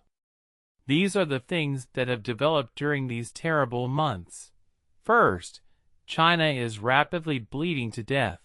Second, the immense sympathy of the entire American nation on the side of China is becoming more and more intensified and articulate. And thirdly, the American government has been proclaiming to the world that there must be positive endeavors to preserve peace and restore order. As a representative of a suffering nation in a most unjust war, I can only express my own pious hope and the pious hope of my people that the positive and constructive policy pledged by the great leaders of the American government may be effectively carried out before long, and that the unanimous sympathy of the American nation for my people in distress may express itself in an active support of the government in its positive endeavors to preserve peace. I ask for no more, and I am sure my people ask for no more. The Far Eastern situation. The Chinese Christian student. December 1938 and January 1939. Volume 29. Number 3. Pages 9 to 10. It is a great pleasure to have the privilege of speaking to you again this evening. In my last lecture, I have pointed out that the situation in China now was very grave. France could not save herself with 40 years of military preparation. It is a wild dream that we could save our country by military force alone. Since 1931, I have been fighting against the enthusiasm for war. Japan has 60 years of preparation, while China has less than 6. Those who have been talking of war lightly thought that Russia, England, or America would come to our help. There is no ground for believing that they will help us militarily. Russia claimed to have 1,000 planes in Siberia, seeming to be most ready to jump in. England might easily get involved because her important interests in the Far East would be at stake. America is thought to be able to assist us on account of her traditional friendship with China. But those who really understand the international situation know that the condition is exactly what the Japanese militarists have surmised.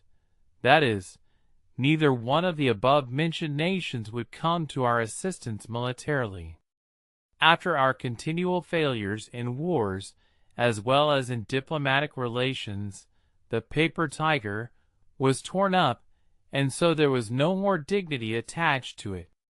Japan was clever enough to punch the paper tiger. That is why for 6 years I have been writing against war. Since 1935, I saw that war was inevitable, and I changed my attitude. Even as late as last August, I tried to avoid the war or, at least, to postpone it. But once the war is declared, the only way by which China can be saved is international action. We can't easily say that Japan would be exhausted.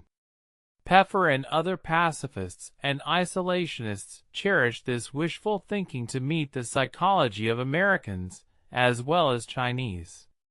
Let China win the war, and let us do nothing. That is the psychology of the pacifists. Don't be mistaken by such an optimistic estimate. At present, we must be realistic. In my broadcast, I said that blood and flesh could not fight machine guns and bombs. Some thought that I was too pessimistic, or I was giving an unpatriotic speech. But I want you to think in a more realistic way. If international action alone could save China, the next question is, was there any hope for such an action? After having studied the world situation, my answer is yes. My duty here is not to do propaganda work, but to study the situation. I may tell you a little about the results of my study. There are 3 powers in the Pacific which could help us, namely Russia, England, and America. England is out of the question. She is tied up by the European situation, and is also handicapped by her lack of preparedness. Her naval force is lagging far behind, and could not even checkmate Italy. Now she has to spend $750 million for rearmament. Russia is helpful. She has sent us 300 planes and pilots. 200 more are coming. Tremendous amount of war material has been coming to our assistance from Russia. Yet Russia cannot move militarily. In spite of her strength, she cannot fight Japan for at least 4 reasons. 1. In the West, there is Germany to be afraid of. 2. Internal instability as shown by the persecutions and executions. 3. The new regime in Russia has adopted a new foreign policy. That is, she no longer embraces the ambition of a world revolution, but now devotes herself to internal reform in order to bring about a social order. The Soviet policy is to avoid war, so as not to let it interfere with her internal construction. 4. Strategically, she has difficulty in the Far East. All Japanese communications in Korea, Manchuria, and North China are directed toward Russia, so Russian positions are vulnerable at every point.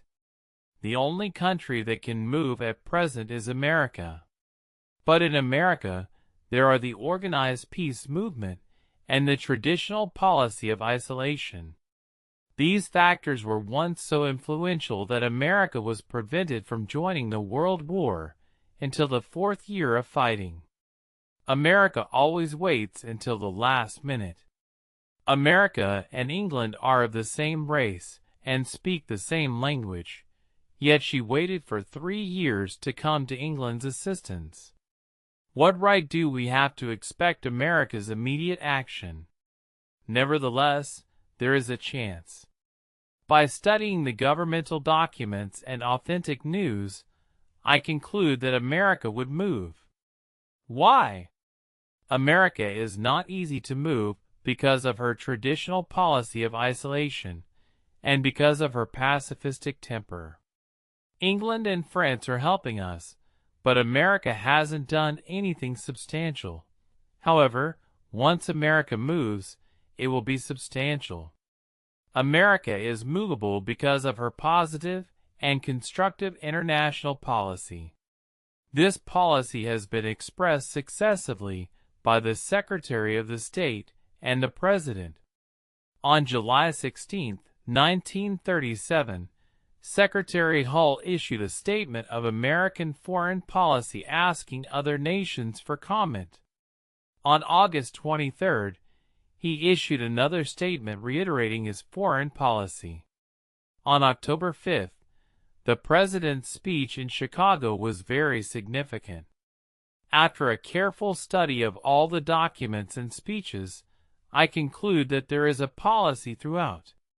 The only thing is to have confidence in the integrity of these men. What is the policy? It is the condemnation of international anarchy and the restoration of world peace. International anarchy threatened world security. Pacifists urged the withdrawal of American warships and denounced governmental protection of her nationals remaining in the war areas. But Secretary Hull declared that the interests and concern of the United States could not be measured by American residents, and the volume of trade. The more fundamental interest is the orderly process of the world, the maintenance of peace through law. This is the principle. In a more concrete form, it is the President's speech in Chicago. That is, a positive endeavor to preserve peace by quarantine. Many think that the President has forgotten his quarantine policy. No. As the head of a leading power, he could not have declared his policy lightly. If we follow the naval policy since October, everything has been in the direction of quarantine. That is, a naval blockade or an economic blockade by a naval blockade. On January 22, the Christian Science Monitor reported the possibility of this policy. The naval bills, the moving of American Navy to the Middle Pacific, sending cruisers to participate in Singapore's celebration, the refusal to limit the range of naval action, etc., all indicated this policy. England is desiring to bring about peace with other nations in Europe. If it could be done, Chamberlain's peace policy is favorable to us. America needs the cooperation of European nations in the realization of her policy. Therefore, peace in Europe is necessary in order that England and other democratic countries may have free hands to cooperate with America in the Far East. There are facts indicating that America approves the appeasing policy in Europe, such as the recognition of Austria. All these things happening in the last 9 months are only preliminary steps. Then the last question is, when will this policy take effect? This is impossible to predict. In 1916, during the re-election of Wilson, one of the slogans was, "He kept us out of war." But 1 month after his election, he declared war. So no one can predict what is going to happen. The isolationists may preach their policy, but they do not know when war is coming. The German ambassador wrote to the minister in Mexico instructing him to stir up border trouble and to befriend Japan. This might lead to action. Another incident, like the bombing of Panay, might have the same effect. Even if there is no such incident, the policy is still insistent. The policy is not to save China, but to restore world peace. The time for the coming of this policy will not be too long. Note: since this was spoken, America has granted China a $25 million Import-Export Bank loan. Ed. An open letter to the Guardian. Harvard Guardian. June 1939. Volume 3. Number 6. Pages 3 to 4. To the editors of the Harvard Guardian. I wish to thank you for your courtesy in asking me to send you an article to state why the government of China is resisting the fulfillment of these Japanese aims, as stated by Mr. Yakichiro Suma in his article entitled, New Deal in the Far East. It is my policy not to reply to propaganda speeches and articles by Japanese spokesmen. I have complete confidence that the common sense of the American people is sufficient safeguard against such propaganda. As to the reason why the government of China is resisting the fulfillment of these Japanese aims, may I refer you and your readers to the fact that, for 22 months, literally millions of my people have been shedding their blood and laying down their lives to resist Japanese invasion and domination? And I am sure you and your readers understand the reason why. I cannot, however, conclude this letter without pointing out, in passing, one of the examples of the very clever way in which these Japanese writers and speakers are twisting and distorting facts to suit their propaganda purposes. In the Guardian article, Mr. Suma said, "But those who believe that Japan's responsibility is axiomatic would do well to read the letter which W. H.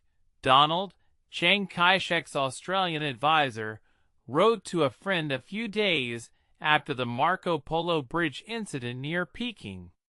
It was published in a Saturday Evening Post article last March. Donald wrote, "Now, at this moment of writing, we are trying to shake up a real war with Japan. Before you get this, the central government forces will be in action against the Japanese." Chiang certainly succeeded in shaking up a real war. Anyone who does not take the trouble to look up the Saturday Evening Post article will naturally believe that Mr. W.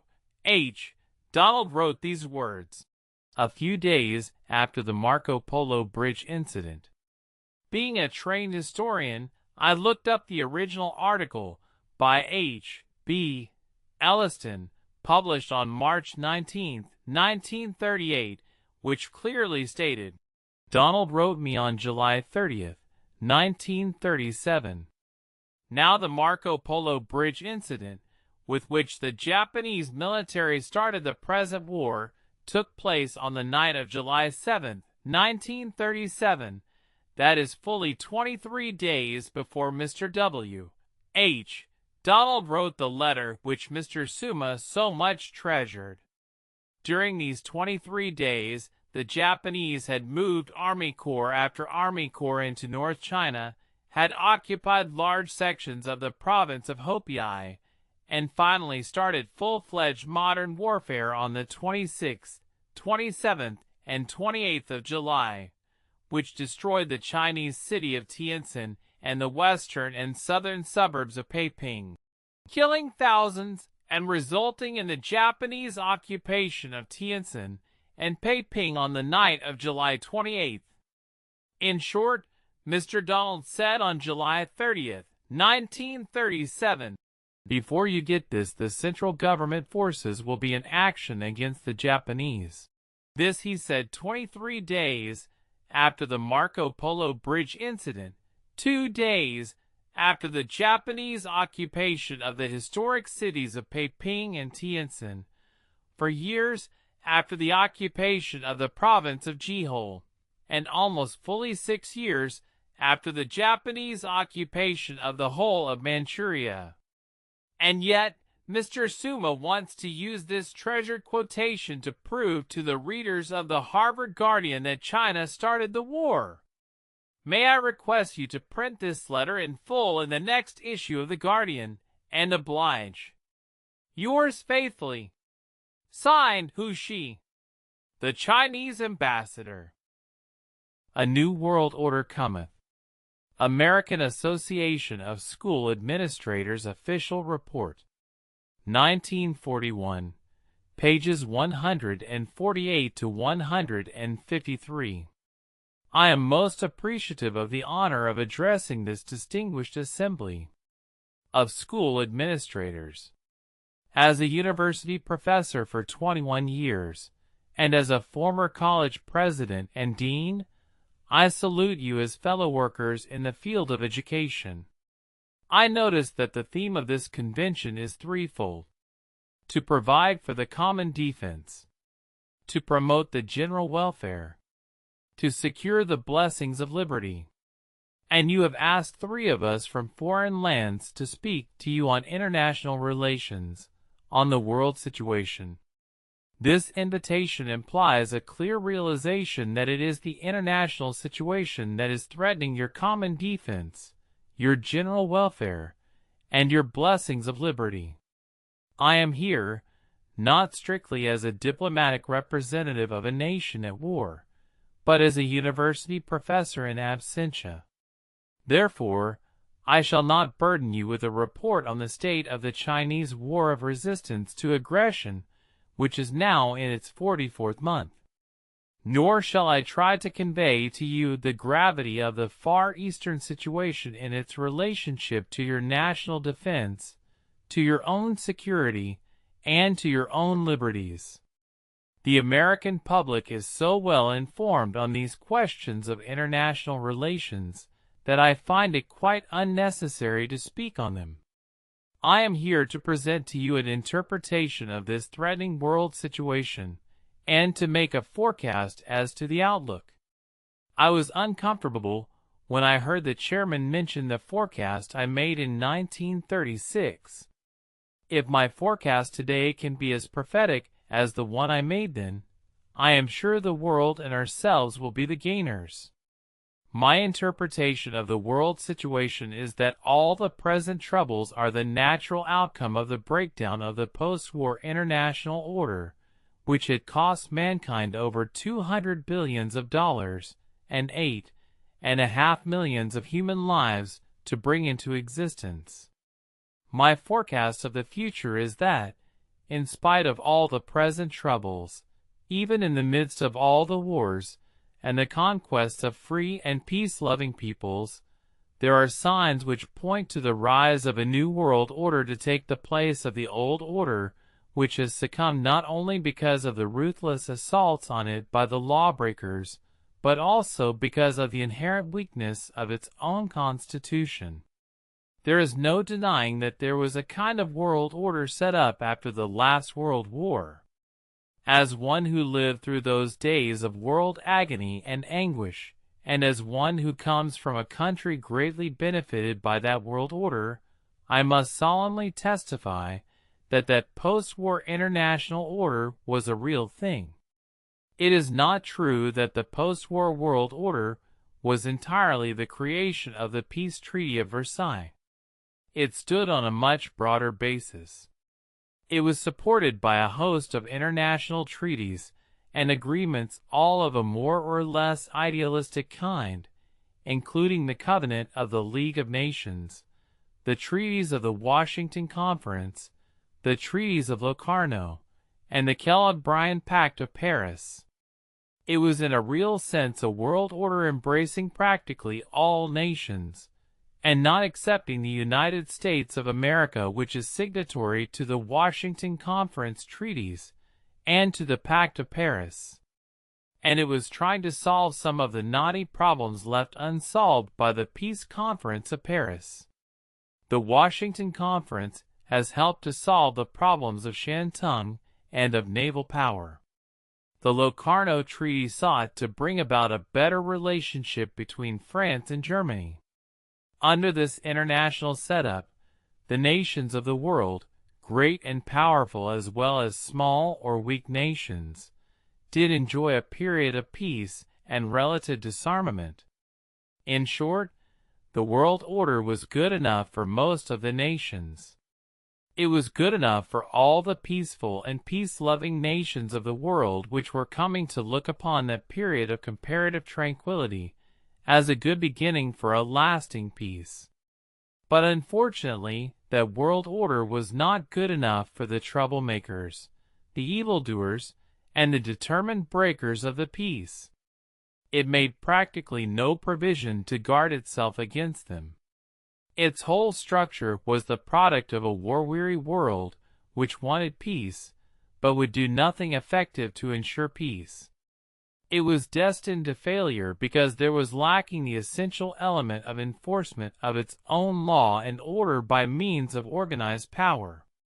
To be sure, under Articles X, 15, and 16 of the Covenant of the League of Nations, the states members of the League have all committed themselves to the collective obligation to apply sanctions against any violator of the law and breaker of the peace.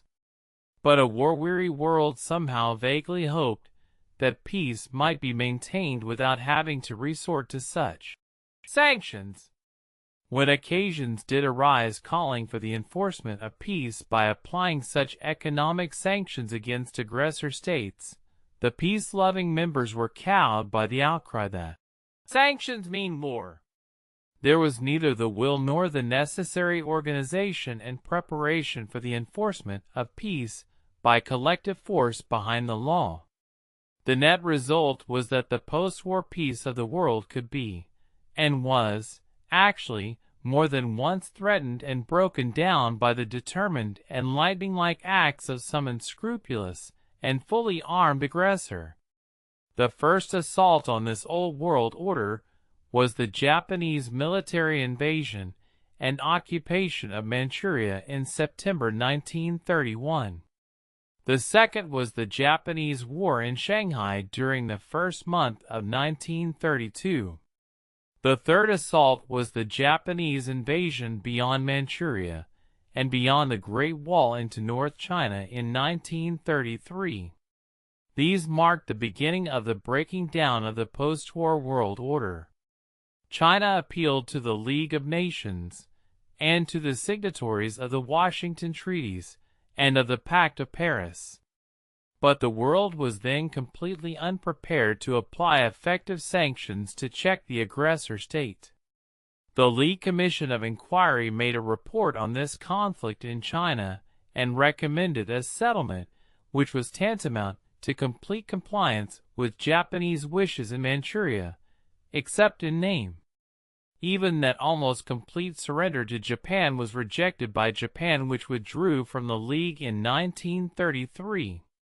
Neither the League of Nations nor the larger world order, as I have described, could do anything beyond a declaration of the principle of non-recognition of any situation or territorial change obtained by the use of force in open violation of treaty obligations.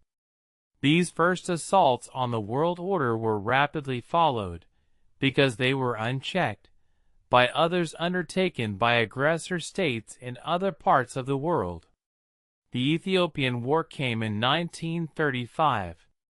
The Spanish War began in the summer of 1936. The fresh outbreak of Japanese aggression in China on a full-fledged scale took place in July 1937. Austria was wiped from the map in a few hours in March 1938. The Czechoslovakian crisis engaged the attention of the whole world throughout the summer months of 1938, which saw practically the last and funereal session of the Assembly of the League of Nations in Geneva, just before the famous Peace of Munich, which was negotiated and signed in complete ignoring of the League. 6 months after the Peace of Munich, Czechoslovakia became a German province. Less than 1/2 year after the extinguishment of Czechoslovakia, Poland was invaded and England and France declared war on Germany. Thus began this present phase of the European war. The breakdown of the world order was now complete. The world once more reverted to international anarchy and the law of the jungle. It is, therefore, a historic fact that all the wars today, all the cruelty, misery, and suffering, all man's inhumanity to man, which you and I are witnessing, are the natural consequences of the overthrow of that resemblance of a world order which had taken $200 billion and 8.5 million human lives to bring into being, and which prevailed for more than a full decade after the last Great War. And it is no less a historical fact that that overthrow has been due to the absence of measures and means for effective enforcement of law and order against their unscrupulous violators. The moral of this tragic lesson should be plain to all who can read. It is this: law and order do not mean the absence of force, but only force organized for the support or realization of a generally acknowledged beneficial object. Government by law can function only when it has some form of effectively organized force for the enforcement of order against the lawbreakers and the peace disturbers. Enforcement is the alpha and omega of the law. Without this element of effective enforcement, all law and order are empty words and are doomed to failure. This lesson is true in internal government, and we are now learning at terrific cost that it is equally true in international order in government. That is my interpretation of the situation.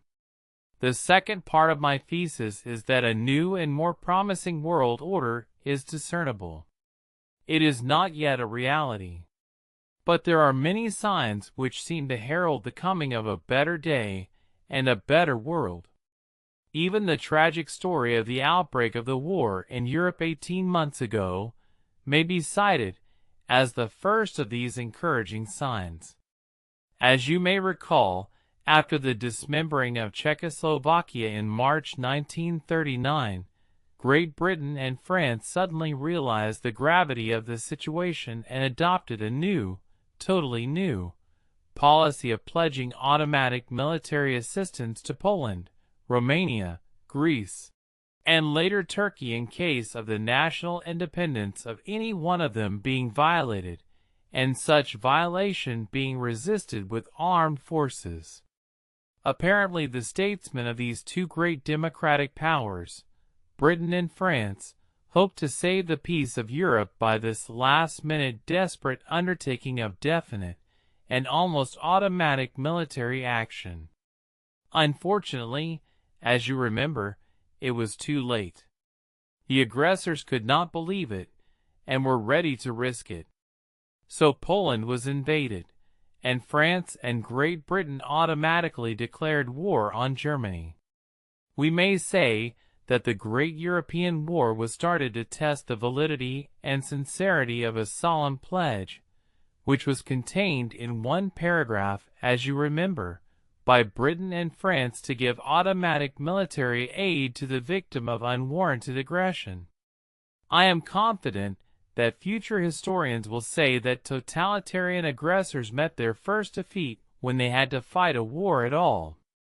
If there will ever be any chance of reviving or rebuilding a new world order nearer to our heart's desire, that revival must date its beginning back to that moment when two great powers voluntarily gave such a pledge and afterwards honored it in the face of imminent war and destruction to themselves. I think you will agree with me that this historical event of Great Britain and France taking up arms to fight a most desperate war in fulfillment of a solemn pledge to a weaker nation must be regarded as the first sign pointing to the rise of a new kind of international order. The second important sign of the times is the coming together of the great Anglo-Saxon democracies in a common struggle against totalitarian aggression. First came the voluntary but active participation in the war by all the self-governing dominions of the British Commonwealth.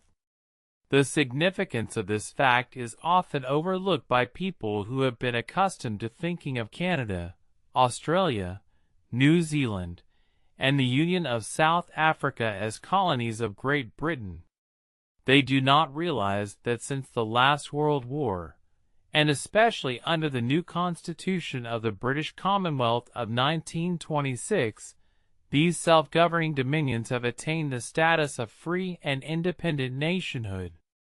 The neutrality of Ireland throughout these 18 months of the war, and the narrow margin of the voting in the Parliament of the Union of South Africa on the question of participation in the war should make us appreciate all the more the significance of this participation by these members of the British Commonwealth as the free and voluntary action of self-determining and self-governing states. This gives us hope that a combination or federation of such free and democratic states can rally together of their own free will to fight against a common enemy that threatens their free and democratic way of life. But the more significant historic event is the wholehearted manner in which the government and people of the United States have come to the assistance of the British nations in the present war. We know that there is no commitment of any kind which binds the United States to such assistance.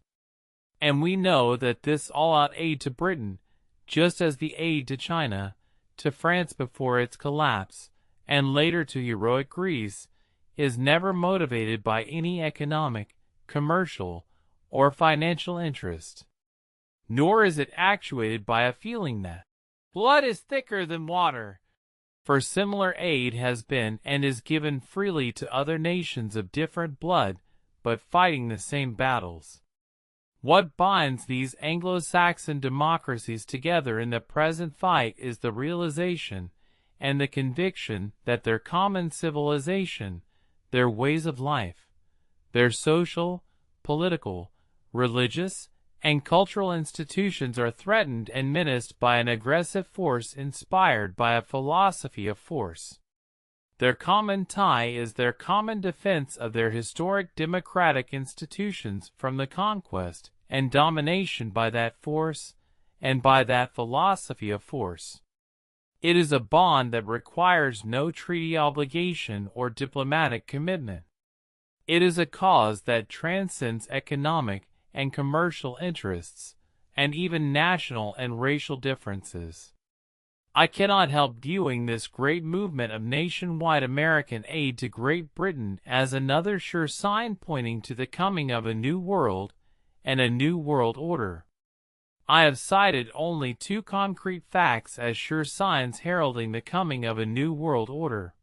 First, the entrance of Great Britain and France into the present world war in fulfillment of a solemn pledge of automatic military assistance to a victim of aggression, and second, the coming together of all the Anglo-Saxon democracies in a common fight against a common enemy who threatens the conquest and destruction of democratic civilization.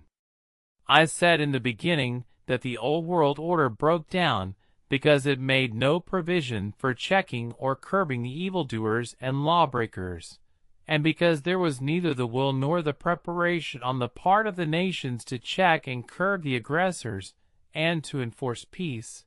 But these few signs I have mentioned point to a fundamental change apparently in the world. To me, these signs and events are the most cheering beacon lights in a world of darkness. Dimly but unmistakably, I envisage a new world after this terrible war.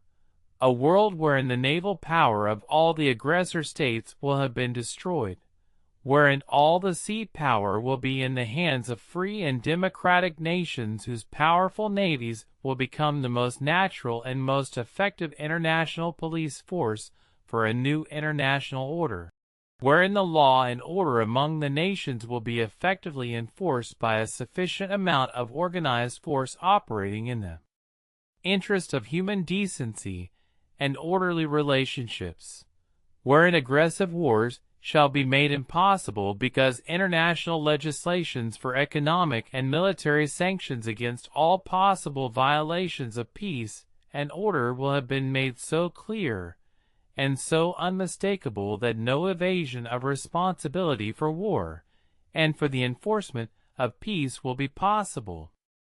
Such is the new world order that I see coming in the midst of all this turmoil. Our honorable enemy. China at War. January 1942. Volume 8. Number 1. Pages 11 to 13. 3 days ago, the President of the United States sent to Congress a great document setting forth the long record of Japanese-American relations of the last 80 years, and in particular of the last 9 months. The record for all history to read in amazement, in sorrow, in horror, and in disgust. This record will make all of us, Chinese and Americans, better understand the character of our common enemy, Japan. Tonight, I wish to take a few minutes to add a historical note. I want to speak on Japan in the light of history. In order to understand Japan in her recent record of aggressive expansion, we must remember the fundamental historical fact that Japan has been governed by a militaristic caste for the last 1,200 years, and especially for the last 300 years. And was at the height of a fully developed militant feudalism when Commodore Perry knocked on Japan's doors in 1853. This historical Japan has always been totalitarian in political organization, militaristic in training, and imperialistic in aspiration. Sir George Sansom, the most sympathetic authority on Japanese history, has pointed out these feudalistic totalitarian features in a recent article. From 1615 or thereabouts, Japan was ruled by a feudal oligarchy which anticipated in many respects the methods of government used by modern totalitarian states. The distinguishing features were there: the rule of a self-constituted elite, the disabilities imposed upon certain classes, the restriction of personal liberty, the sumptuary laws, the monopolies, the censorship, the secret police, and the doctrine that the individual exists for the state. When in 1868 this regime was overthrown, it was replaced not by a popular government, but by a powerful bureaucracy which perpetuated the essential features of totalitarianism. It is this historical totalitarian tradition which has readily linked Japan with the totalitarian states of present-day Europe. In the same article, Sir George Sansom quotes Mr. Shiratori, formerly Japanese ambassador to Rome, who wrote in 1938, "The country, Japan, is fast reverting to totalitarianism, which has been the fundamental principle of Japan's national life for the past 30 centuries. It makes our hearts warm to see ideas that have influenced our race for centuries in the past embodied in the system of modern states of Europe." From these words from one of the authors and signers of the Tripartite Axis Pact, we can understand it is no mere historical accident that Japan readily and willingly becomes a partner of the European Axis and regards that partnership as the immutable policy of the empire. The same historical tradition also explains the ease and rapidity with which Japan has transformed herself into a first-class militaristic power. It explains one of the greatest historical puzzles. The puzzle is why, of all the non-European nations, Japan alone has been successful in adopting and mastering the martial and militaristic aspects of Western civilization. Neither China nor India nor Persia nor Korea nor Annam nor Siam could do it. Japan alone was best qualified to undertake this rapid militarization because her ruling class, the daimyo and samurai, had been educated, trained and imbued in the militaristic tradition, and because what a ruling class does is always eagerly emulated by the whole nation. So it was again no mere historical accident that Japan of all the non-European nations alone succeeded in becoming one of the greatest military powers within the short space of a few decades. And lastly, the same historical tradition also explains Japan's policy of imperialistic expansion. When the famous Tanaka Memorial was first published in China in 1931, the Japanese vigorously denied its authenticity, and the outside world was skeptic about its gigantic program of continental expansion and world conquest. But the events of the last 10 years have proved beyond any doubt that seemingly fantastic program truly represents the imperialistic ambition of the policymakers of Japan. For us in China, and on the Asiatic continent in general, it is unnecessary to go to the Tanaka Memorial for documentation of the imperialistic tradition of Japan. World conquest has been the national ideal of Japan for all these 350 years.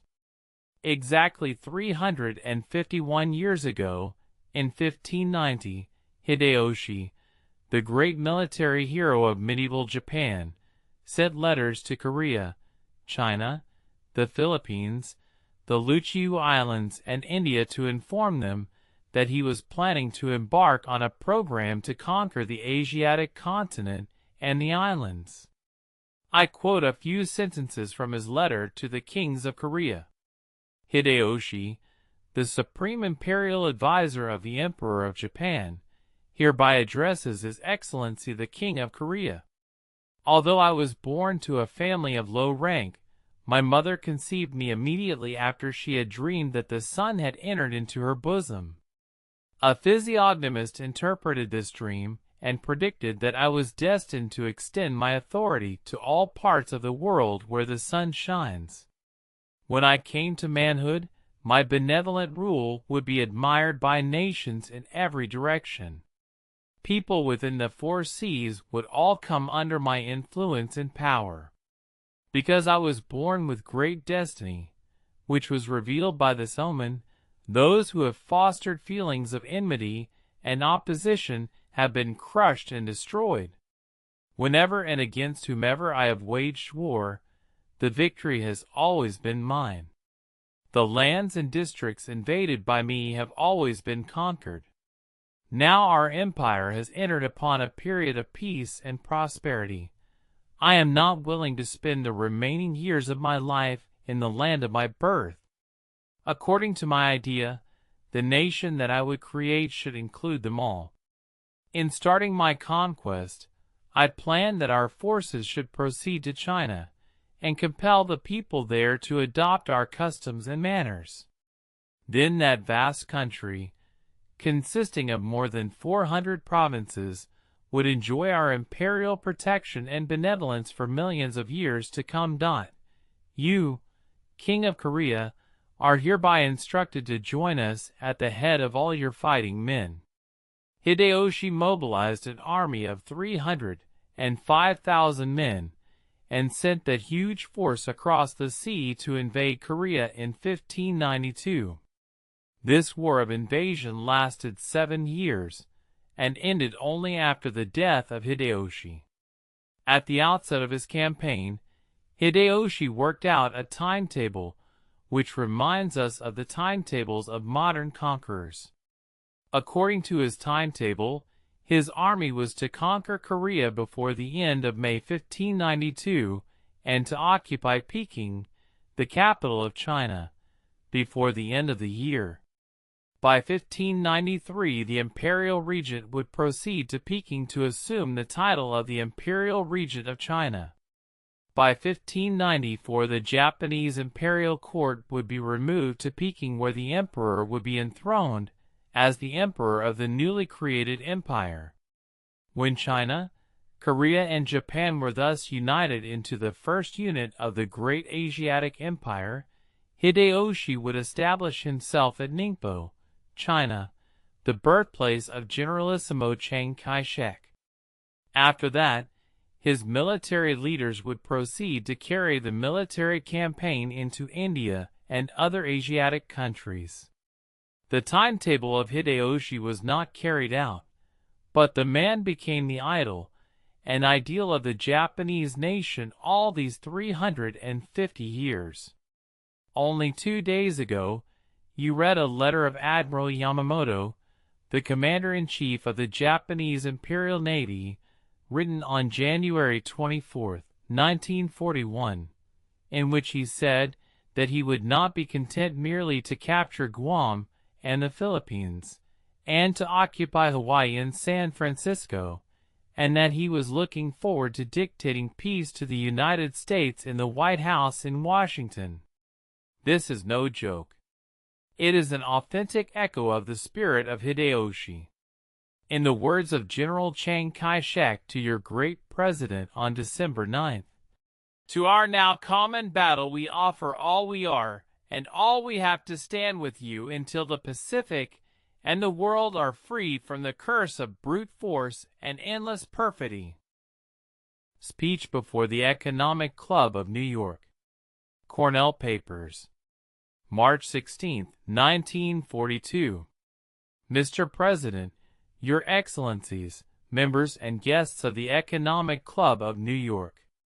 Nearly 2 years ago, on May 9, 1940, the Economic Club of New York did me the great honor of inviting me to address your annual dinner in this same hall. It was just 1 month after Hitler had invaded Denmark and Norway by air, sea, and land.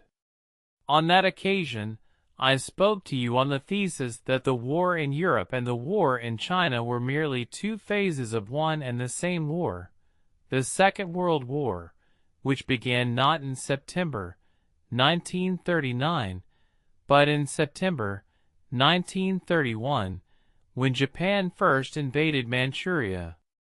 I said in effect, the Second World War became inevitable when the post-war world order was attacked and scrapped by the aggressive acts of Japan. In this world of ours, war as well as peace is indivisible. A world that could not give China peace and security, is a world in which no nation, great or small, can feel secure, and a civilization which cannot accord protection and security to Denmark, Norway, and Sweden, three of the most civilized countries on the earth, is a civilization not worth preserving. You may recall that on that memorable night of May 9th, 1940, as you left this hall and bought the midnight editions of the morning papers, you were again shocked by the news that Hitler's panzer divisions had invaded Holland, Belgium, and Luxembourg at 5:30 a.m. European time. A month later, Italy entered the war. 6 weeks later, France capitulated. The Battle of France was lost. In September 1940, Japan, Germany, and Italy signed the Tripartite Pact of Alliance. From June 22, 1940, when France signed the armistice with Germany, to June 21, 1941, when Germany invaded Soviet Russia, for a whole year, there were practically only two great powers left fighting the aggressors. There were only China fighting Japan in Asia, and the British Empire fighting Germany and Italy in Europe and Africa. Then the tide began to turn. The German attack on Soviet Russia on June 21, 1941, and the heroic and successful resistance of the Russian army and people ever since, have radically changed the picture of the war in Europe. But the Axis partners in aggression were rapidly moving in other parts of the world. A month after the German invasion into Russia, Japan was moving troops into southern Indochina. On July 23, the Vichy regime accepted the Japanese demands for complete military occupation of French Indochina, which, as the world soon realized, was to be made the base for Japanese invasions into Thailand, Malaya, Singapore, the Philippines, and the Netherlands East Indies. On July 25, President Roosevelt, in the hope of effective warning Japan against further aggression in the Southern Pacific, issued an executive order freezing all Japanese assets in the United States. This step of economic embargo against Japan was followed by both the British Empire and the Netherlands East Indies governments. All trade and shipping between Japan and these countries virtually completely ceased. In August, President Roosevelt and Prime Minister Churchill met somewhere in the Atlantic Ocean, and on August 14, the Atlantic Charter was proclaimed to the world. In the meantime, for many months, the Japanese ambassador was carrying on peace conversations with your great Secretary of State. In November, Japan sent a special ambassador to assist in the negotiations. Under the cloak of these peace conversations, Japan's military rulers were actively preparing for a concerted surprise attack on the important Pacific outposts of the United States and the British Empire. This concerted attack came on December 7.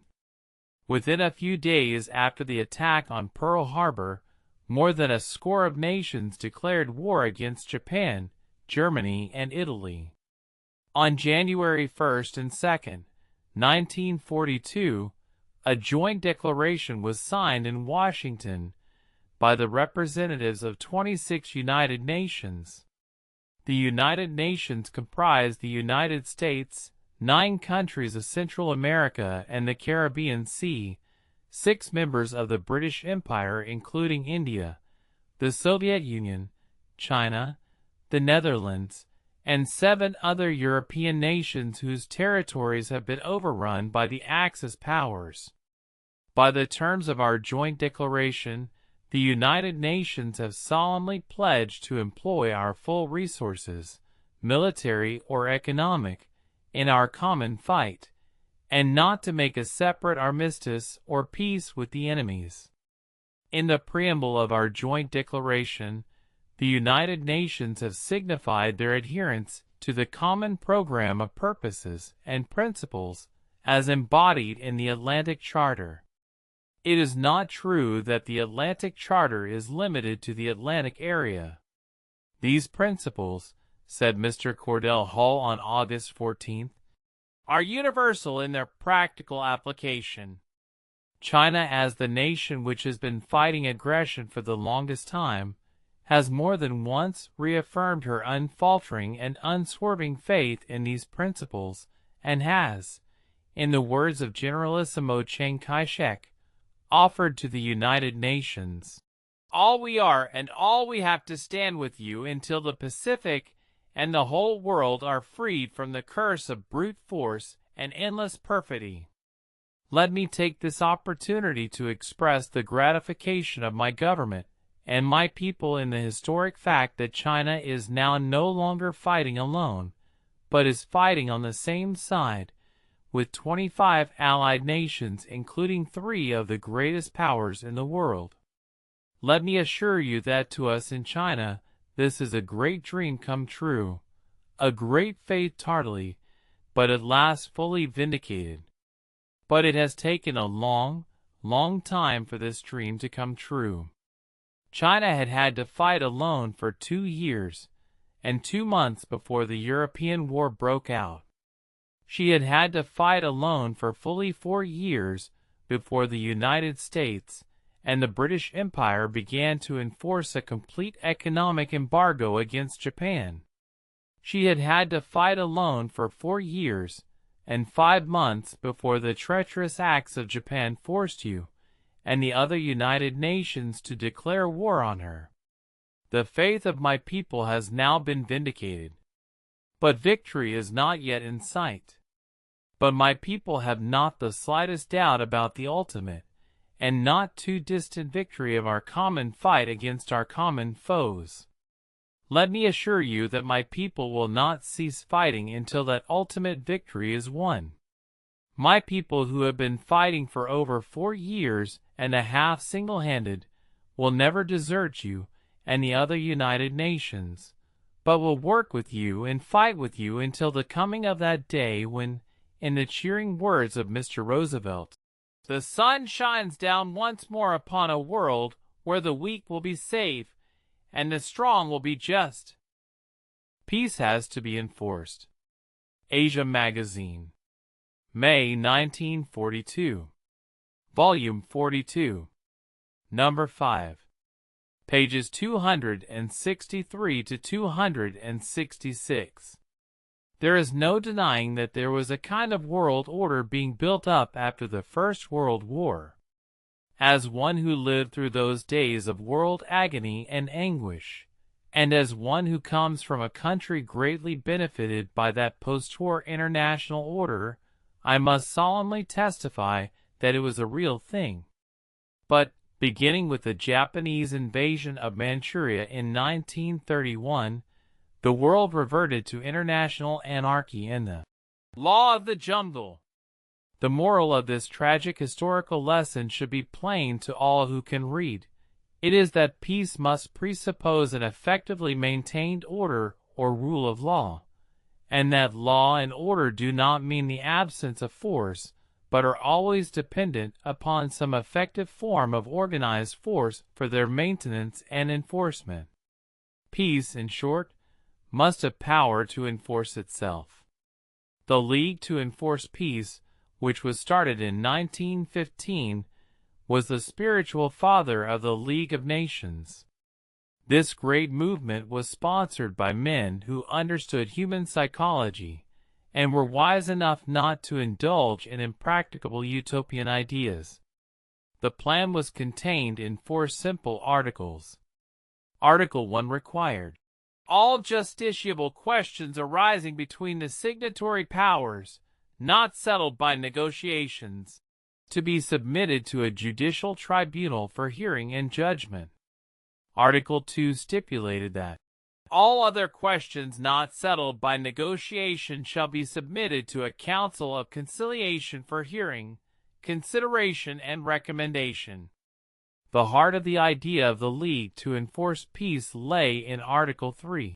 The signatory powers shall jointly use force with both their economic and military forces against any one of their members that goes to war or commits acts of hostility against another of the signatories, before any question arising shall be submitted as provided in the foregoing. Article 4 provided for periodic conferences to formulate and codify rules of international law which shall govern in the decisions of the Judicial Tribunal. President Lowell of Harvard, in telling in the Atlantic Monthly of August 1940 the story of the League to Enforce Peace, had a moral for us in our present world crisis. He wanted all honest and unselfish people working for permanent peace on earth to reach a unity of plan that will command general respect and have some chance of popular adoption. He warned us that people seem to think that devising some new variant is adding to the wealth of expedients from which a choice may be made, whereas it is reducing the chance of agreement upon any effective policy. Although Dr. Lowell modestly regarded the League to Enforce Peace as a movement which failed, I am still inclined to think that the central idea of that movement, namely, some kind of international organization based upon the principle of a threat of overwhelming power to prevent aggressive war, was more practical and feasible than any other plan that has so far been suggested by our international-minded thinkers. This idea has never been given a fair trial. It was supposedly embodied in Article 16 of the Covenant of the League of Nations, but the complacent members of the League thought so little of the sanctions, or were so fearful of them, that the League never made preparations for the possible application of that article to would-be aggressor states.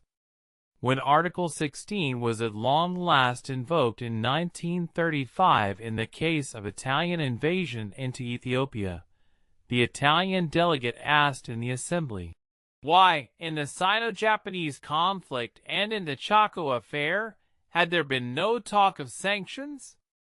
And even in the Italian-Ethiopian conflict there was only application of a part of the economic sanctions, which were withdrawn as soon as the Ethiopian resistance had collapsed.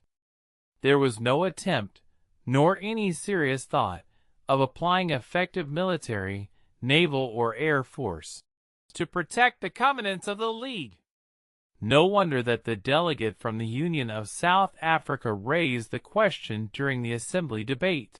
Did the 50 nations, when they solemnly bound themselves to collective action under the covenant of the League, make the successful resistance of Ethiopia a condition precedent to the fulfillment of their collective obligation? And the Right Honorable Anthony Eden frankly replied, in our view, it is only military action that could now produce this result of re-establishing Ethiopia. I cannot believe that, in present world conditions, such military action could be considered a possibility. So sanctions were withdrawn and Ethiopia was abandoned. In contrast to such a weak organization, the new world order which we want to help set up after the present war must be a real League to enforce peace. Only such a league with overwhelming power to enforce law and order can avoid the mistakes and remedy the weaknesses of the old system of international order. As one who not only was one of the first converts to the idea of a league to enforce peace, but also has been one of its philosophical defenders for exactly a quarter of a century, I now propose to consider some of its philosophical implications. My purpose is to try to break down some of the prejudices against the idea of force as an essential factor in the maintenance of peace and order. It is true that prejudices cannot be cleared up by argument or logic, but it is always possible that, by analyzing a prejudice into its elemental ingredients, one may convert the unconscious assumptions into conscious ideas, and thereby make them open to thought and reasoning. The most deep-rooted objections to the idea of enforcement of peace by overwhelming power have come from the religious pacifists, the advocates of moral rearmament, and the believers in the doctrine of non-resistance. In the first days of the movement for the League to Enforce Peace, some speaker coined the witticism that it had put fist in the pacifist. But many pacifists have continued to object to the fist. To them, no real peace and order can be built upon a reliance on force or power. Let us take the extreme doctrine of non-resistance, and see if its great teachers really meant to imply an absolute denial of the use of force or power. Parenthetically, I wish to confess that for many years I was a reasoned believer in the doctrine of non-resistance, and wrote much both in prose and in verse about it. I was greatly attracted by the doctrine, first, as it was taught by the Chinese philosopher Lao Tzu more than 500 years before Christ, and, later, as it was taught by Jesus in the Sermon on the Mount. In 1915, when the League to Enforce Peace was started, I was still a non-resistor. I too thought that any use of force or reliance on force must be incompatible with the doctrine of non-resistance. It took me many years to realize that, whatever the doctrine may mean, it was never intended to be a condemnation of all force or power. I began to understand that the doctrine of non-resistance can only mean either that non-resistance is under certain conditions an effective form of resistance, or that non-resistance is in reality the individual yielding the right of revenge to a higher, and supposedly more impartial power. In neither case is there an absolute denial of power or force. The first of these two interpretations came from my professor Dr. John Dewey, who, in 1916, wrote, "The non-resistance doctrine can mean only that, given certain conditions, passive resistance is a more effective means of resistance than overt resistance would be. Sarcasm may be more effective than a blow in subduing an adversary, a look more effective than sarcasm." This view is amply borne out by the teaching of Lao Tzu and his followers, who often explicitly maintain that the weak can conquer the strong, and the soft can overcome the hard. Lao Tzu frequently uses water as an illustration of the efficacy of non-resistance. "Nothing in the world is softer and more yielding than water. Yet those who can storm a stronghold cannot overcome water. Because it resists not, it is therefore irresistible." But the doctrine of non-resistance is capable of another interpretation. It can be interpreted to mean another way of saying, "Vengeance belongeth to God." Both Lao Tzu and Jesus were convinced of the existence and reality of a supreme power and a well-ordered universe under the rule of that power. That supreme power Jesus called God, and Lao Tzu called Tao, or the way of heaven. Instead of denying force, the doctrine of non-resistance assumes as its very foundation the reality of a supreme power or force. The real issue involved in this doctrine is not whether force is justifiable or condemnable, but whether vengeance and recompense should be carried out by the interested parties themselves, or should be left with that higher and impartial power. As Jesus describes that supreme power with such poetic appeal, "Are not 2 sparrows sold for a farthing? And one of them shall not fall on the ground without your Father. But the very hairs of your head are all numbered. Fear ye not therefore, ye are of more value than many sparrows." This faith in a world order wherein an omniscient and omnipotent power reigns supreme is the foundation of the teaching, that ye resist not evil. In such an order, there is no need for the individual to be his own judge and take the law unto himself. Thus Jesus taught his followers to pray, "Thy kingdom come, Thy will be done on earth as it is in heaven. For thine is the kingdom, and the power, and the glory forever. A more or less similar conception of a supreme order underlies the ancient Chinese doctrine of non-resistance. Lao Tzu conceives of the universe as an order which seems to do nothing yet achieves everything. Thus says he, "It is the way of heaven not to strive, but none the less to conquer, not to speak, but none the less to respond, not to beckon, yet things come of themselves. The net of heaven is wide, its meshes are coarse, but nothing slips through." Again he says, "There is always the great executioner who executes. To do this task for the great executioner is like doing chipping for the master carpenter. He who does the master carpenter's chipping for him rarely escapes cutting his own hand." In these passages are set forth Lao Tzu's conception of a well-ordered universe wherein the way of heaven, which also means the law of nature, rules apparently indifferently and nonchalantly, but always effectively and absolutely.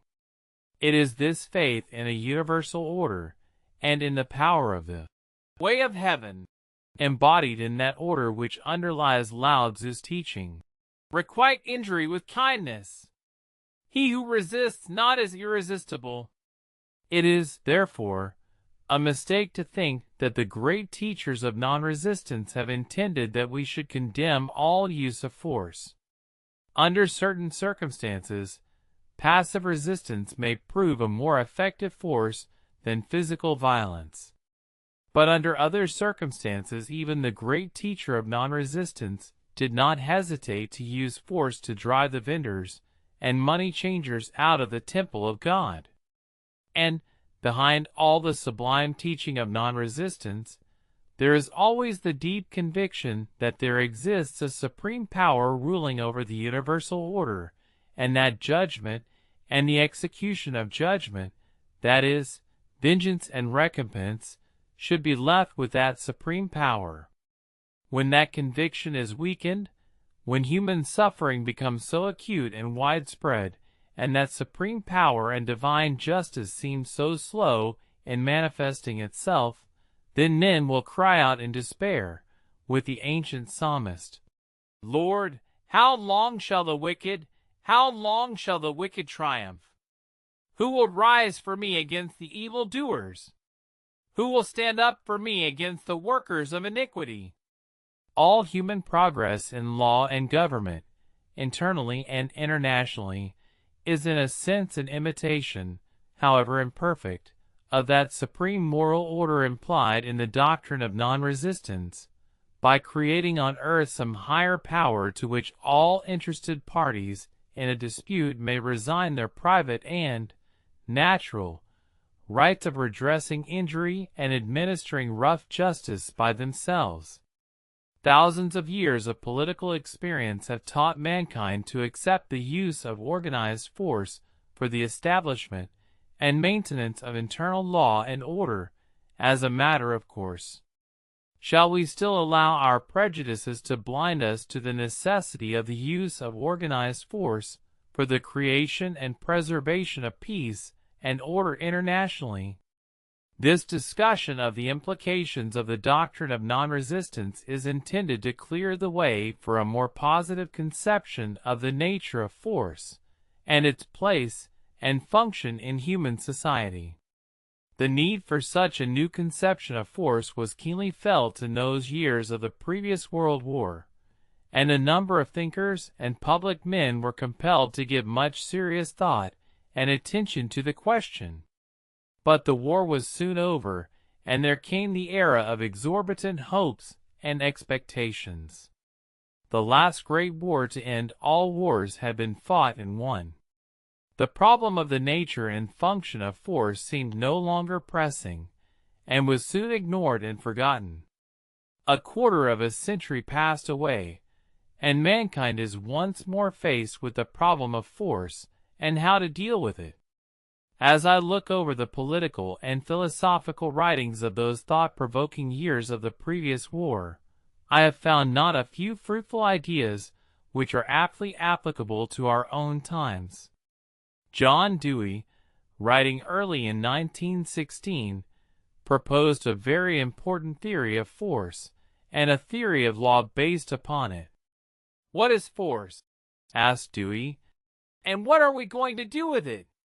This is the acute question of social philosophy in a world like that of today. A generation which has beheld the most stupendous manifestation of force in all history is not going to be content unless it has found some answer to the question this exhibition has stirred into being. How strikingly up to date these words of 25 years ago sound today. Dewey's answer to this question begins with the observation that force figures in different roles. Sometimes it is energy, sometimes it is coercion or constraint, sometimes it is violence. Energy is power used with a eulogistic meaning. It is power of doing work, harnessed to accomplishment of ends. But it is force nonetheless, brute force if you please, and rationalized only by its results. Power or energy denotes effective means of operation, ability or capacity to execute, to realize ends.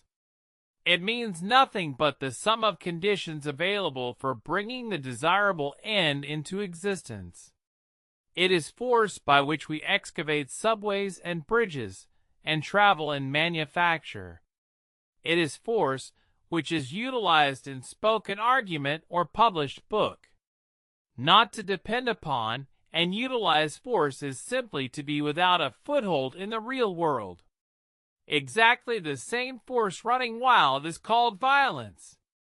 The objection to violence is not that it involves the use of force, but that it is a waste of force, that it uses force idly or destructively. Energy becomes violence when it defeats or frustrates purpose instead of executing or realizing it. When the dynamite charge blows up human beings instead of rocks, when its outcome is waste instead of production, destruction instead of construction, we call it not energy, but violence. Coercive force occupies a middle place between power as energy and power as violence. There are different centers of force, and they go their ways independently. They come into conflict, they clash. Two men are driving opposite ways on the road and their vehicles collide. The subsequent waste in quarreling is as certain as the immediate waste in the smash-up. The rule that each shall turn to the right is a plan for organizing otherwise independent and potentially conflicting energies into a scheme which avoids waste, a scheme allowing a maximum utilization of energy. Such, says Dewey, if I mistake not, is the true purport of all law. The most important thing in this theory is that it completely ignores the conventional connotation and treats force as power or energy which achieves ends. It becomes violence only when it runs wild and results in waste or destruction. No ends, says Dewey, are accomplished without the use of force. The criterion of value lies in the relative efficiency and economy of the expenditure of force as a means to an end. The other important contribution made by Dewey is his theory of law as the formulation of the conditions of the organization of force. Law and government are instrumentalities instituted to deal with the situation of actual or potential conflict and resulting waste in the absence of some scheme for distributing the energies involved. The same criterion of economy and efficiency holds here. To use energy to make a man observe the rule of the road is a case of coercive force. When it is exercised to assure the means which are needed for the successful realization of ends, it is a case of constructive use of power. Dewey's instrumentalistic conception of force and of law naturally led him to view with favor the idea of an international league to enforce peace. If law or rule is simply a device for securing such a distribution of forces as keeps them from conflicting with one another, the discovery of a new social arrangement is the first step in substituting law for war. Unless pacifism puts its faith in constructive inventive intelligence instead of in an appeal to emotions and in exhortation, the disruptive unorganized forces of the world will continue to develop outbreaks of violence. The passage of force under law occurs only when all the cards are on the table, when the objective facts which bring conflicts in their train are acknowledged, and when intelligence is used to devise mechanisms which will afford to the forces at work all the satisfaction that conditions permit. I have dug out of the now more or less forgotten writings of 25 years ago this simple and reasonable philosophy of force and of the organization of force, which is law. I believe that such a philosophy is badly needed as an intellectual aid to the popular understanding, appreciation, and support of the idea of an international order based upon overwhelming force behind law. It will help us to realize that what is wrong with the international situation today is not that force prevails, but that force does not prevail. It will help us to understand that the real tragedy of mankind today is that the nations have never learned to use force effectively and efficiently, that a stupendous amount of power is being expended in most wasteful and destructive ways, and that force cannot prevail when it is not organized and directed towards some common beneficial end. It will help us to see that the real problem for the present and for the future is not to condemn force in toto, nor to despair of peace and order in the face of unprecedented violence and destruction, but rather to prepare world opinion for another and more intelligent push, to organize the available power of the nations in such a manner as to avoid waste and destruction, and ensure maximum efficiency and economy in its expenditure.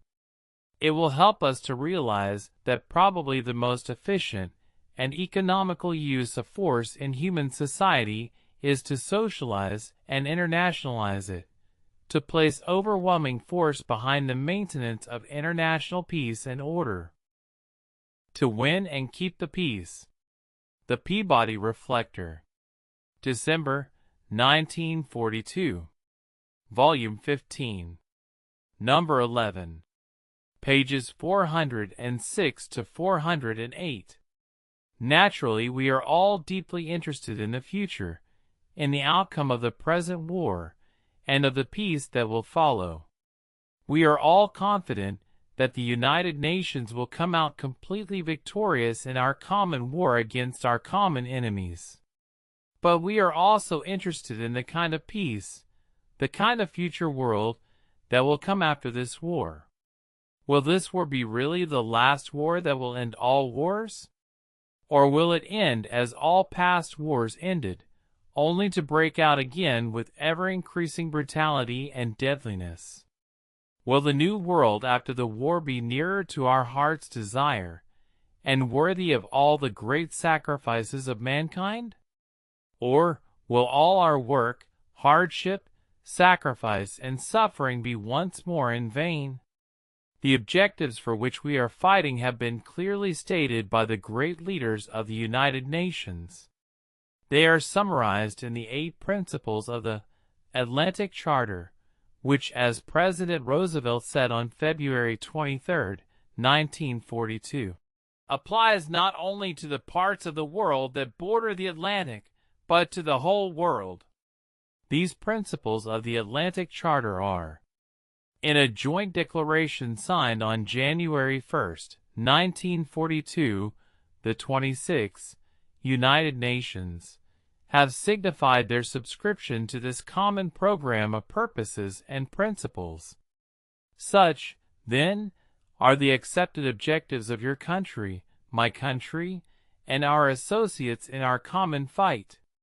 The question that is now uppermost in our mind is, how much assurance is there for the realization of these great principles?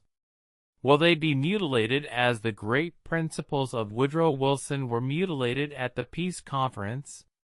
Will the disarming of the aggressors, for example, be more successful than the disarming of Germany after the last war?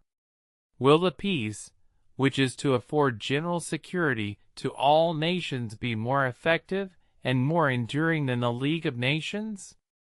We all have a right to ask these questions.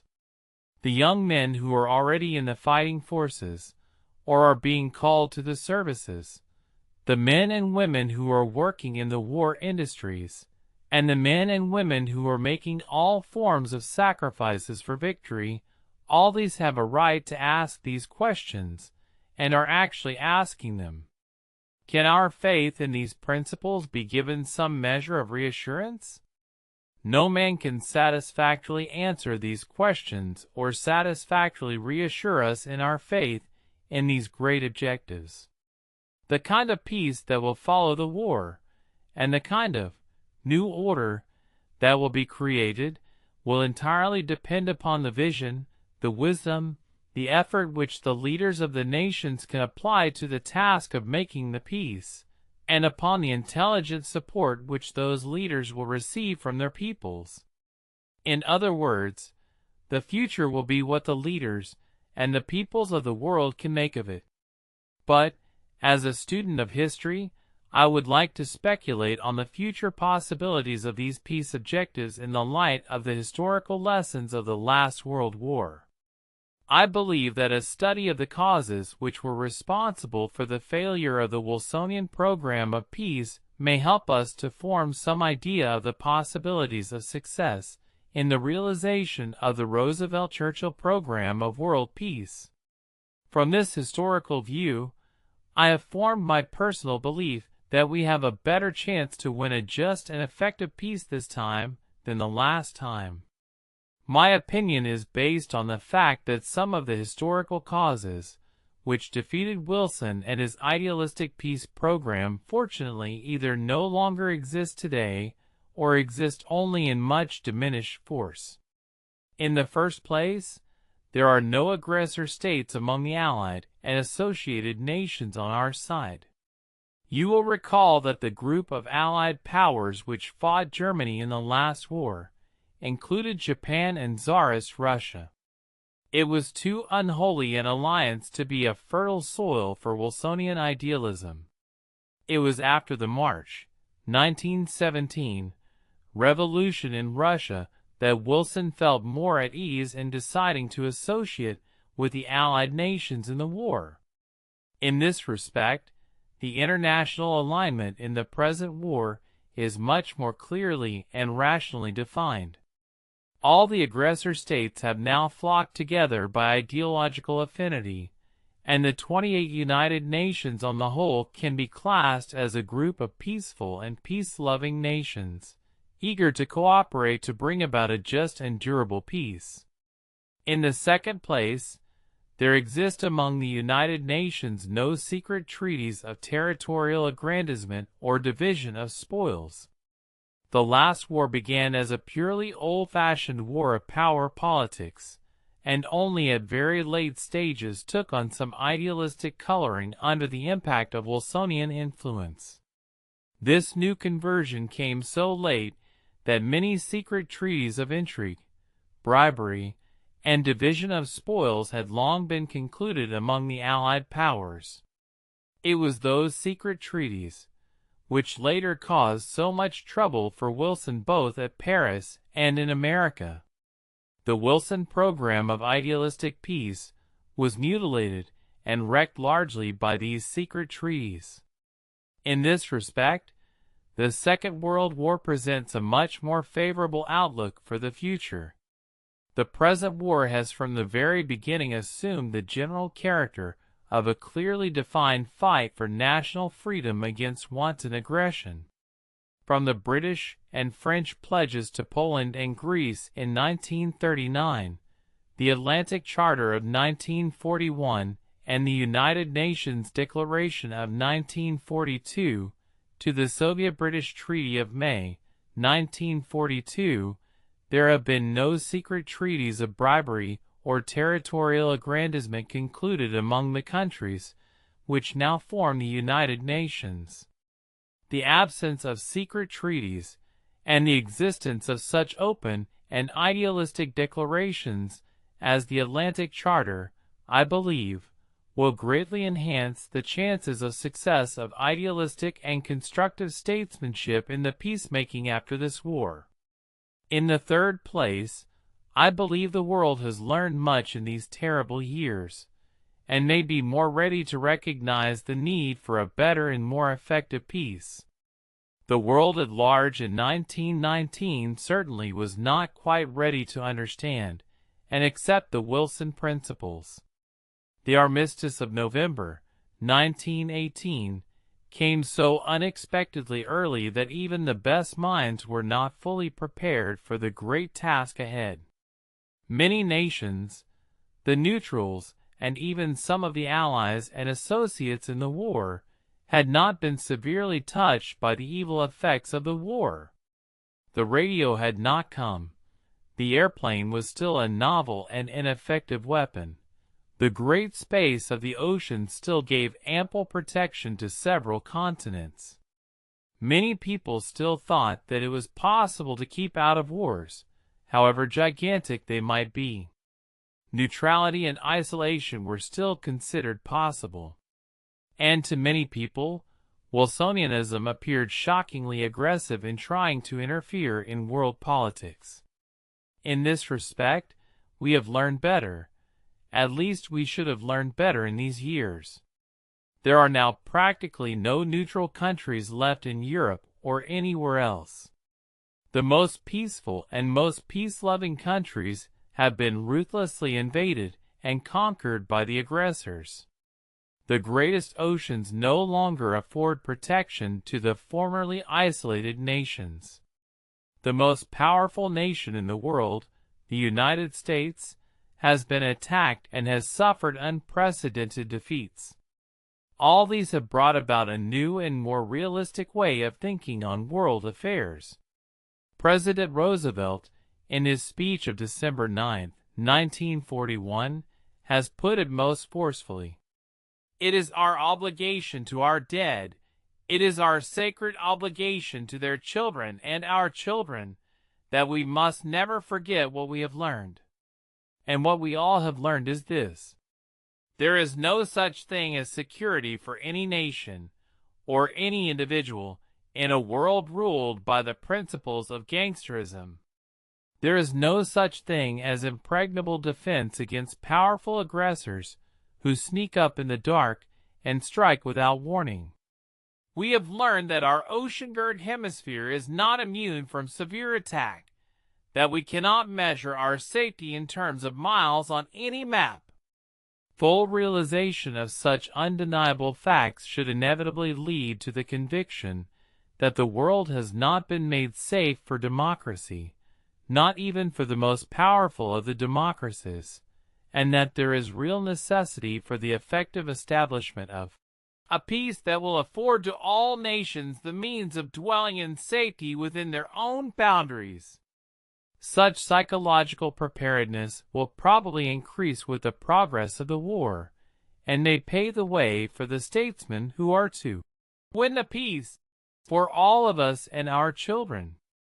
These, then, are some of the historical lessons which have given me personally some ground for a more hopeful outlook regarding the possibilities of realizing the great program of future peace as outlined in the Atlantic Charter.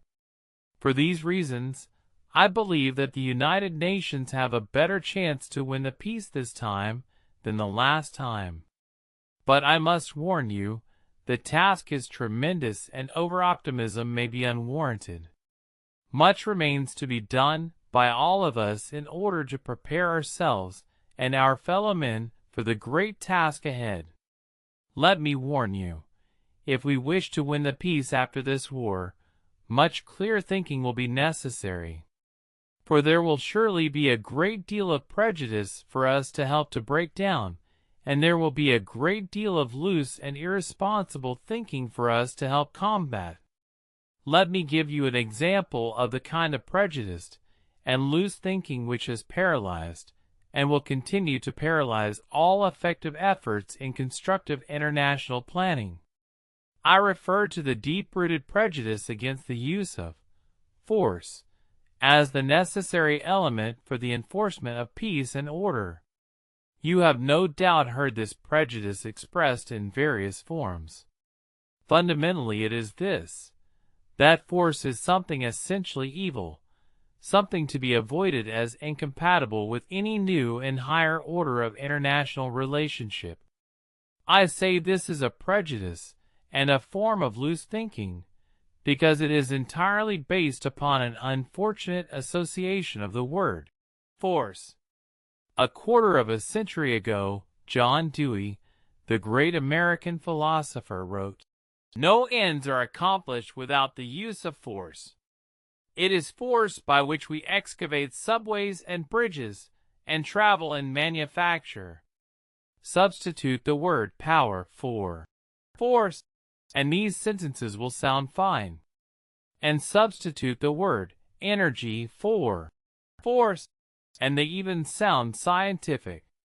Dewey points out that force figures in different roles. Sometimes it is energy, sometimes it is coercion or constraint, sometimes it is violence. Force becomes violence only when it runs wild, is not directed to constructive ends, and is therefore wasted. When force is organized as a public instrumentality to deal with actual or potential conflict of forces, it becomes the cornerstone of law and government, of peace and order. The best example of the use of organized coercive force for a common and constructive end is the traffic lights at your street corners.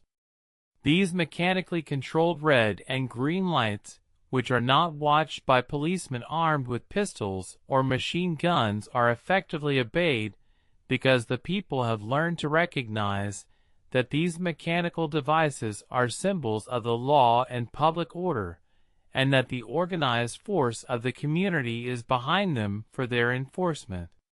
But because in a civilized society the actual resort to force is reduced to a minimum, the peace-loving and law-abiding citizens tend to lose sight of the important role of force in the maintenance of peace and order. They tend to forget that law, order, and peace do not mean the absence of force, but, on the contrary, are always dependent upon some form of effectively organized power for their enforcement against possible violation by determined gangsters. The international order set up after the last World War was probably good enough for the peaceful and peace-loving nations such as Denmark, Switzerland, China, and the United States. But it was not good enough for the premeditated and determined aggressor states such as Japan, Italy, and Germany. That international order became sham and pretense as soon as it was challenged by those armed aggressors, and was found powerless to enforce its own law and order. Professor Douglas Johnson, the noted geographer who had served as an expert with the American peace delegation in Paris in 1919, declared in a recent public statement that he saw no hope that any of the schemes of international peace would ever bring durable peace so long as each of them lacks that one vital element to make it practically effective. "What is the missing element?" he asks. "It is the element of force. Force to maintain just territorial and economic settlements against attacks by violence for selfish ends. Force to implement agreements to outlaw war, restraining the nation that battles in defiance of its most sacred pledges. Force to compel resort to peaceful methods of settling disputes. Force to assure acceptance of decisions reached through orderly procedures mutually agreed upon. Force to prevent armed conquest of a neighbor's lands, and force to give all nations that security and confidence, which is the essential prerequisite to general disarmament. With this view, I am in complete agreement. The new world order which we want to see set up after this terrible war must be a league to enforce peace. It must be an international organization based upon the principle of a threat of overwhelming power to prevent aggressive wars. It must command a sufficient amount of internationally organized and internationally supported force for the effective enforcement of its own law and judgment. In short, we want a new world order which will devote its first efforts to the organization of the economic and military power of the post-war world for the effective enforcement of international peace and order. All other ornamental things such as international intellectual cooperation can wait. First things must come first. I was very happy, therefore, to read the Memorial Day speech of your Under-Secretary of State, Mr. Sumner Welles, in which he declared that after this war, the United Nations should undertake the maintenance of an international police power until a permanent system of general security is fully established. Such a statement of policy by a responsible official of the American government, I am sure, will be supported by all peace-loving nations. But let me warn you, there will be strong opposition to such proposals as an international police power or a league to enforce peace. Much of the opposition will surely be forthcoming from well-meaning pacifists with strong prejudices against the use of force as a necessary means for the enforcement of peace.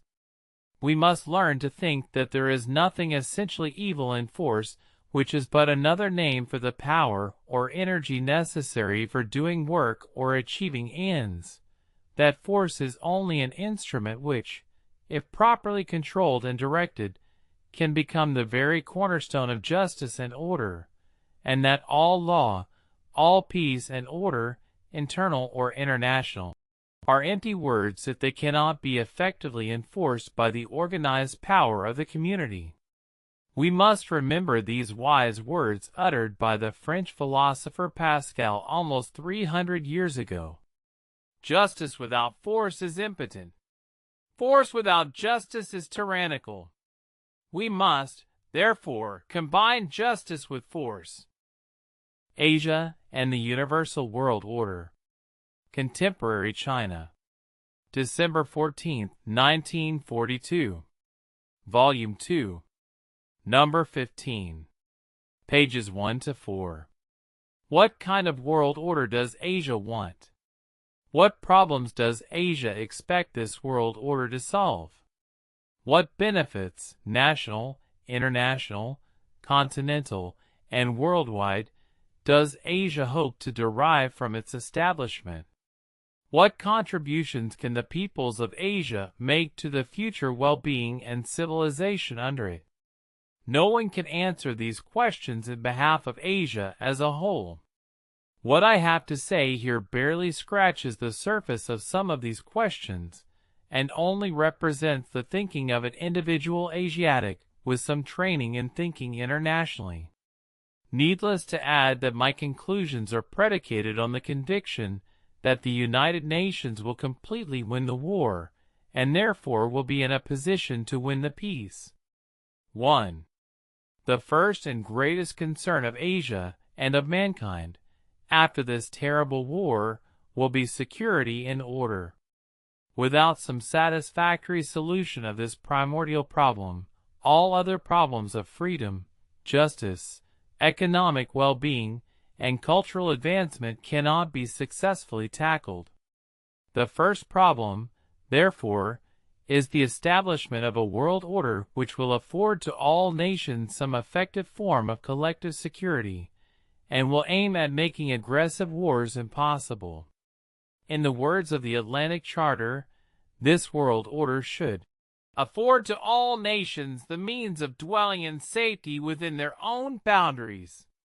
It now seems fairly generally agreed by the thinking public the world over that any dual international order to be set up after this war must have an internationally organized and internationally supported force for the effective maintenance and enforcement of peace, order, and law. Mankind must learn from the history of internal political development the plain lesson that government begins with the police power, that is, the power of enforcing public order and safety. Just as private individuals have learned to resign to their internal government their natural right to possess arms and to take justice in their own hands, so nations must now learn to rely more and more upon an international order for the effective maintenance of collective security.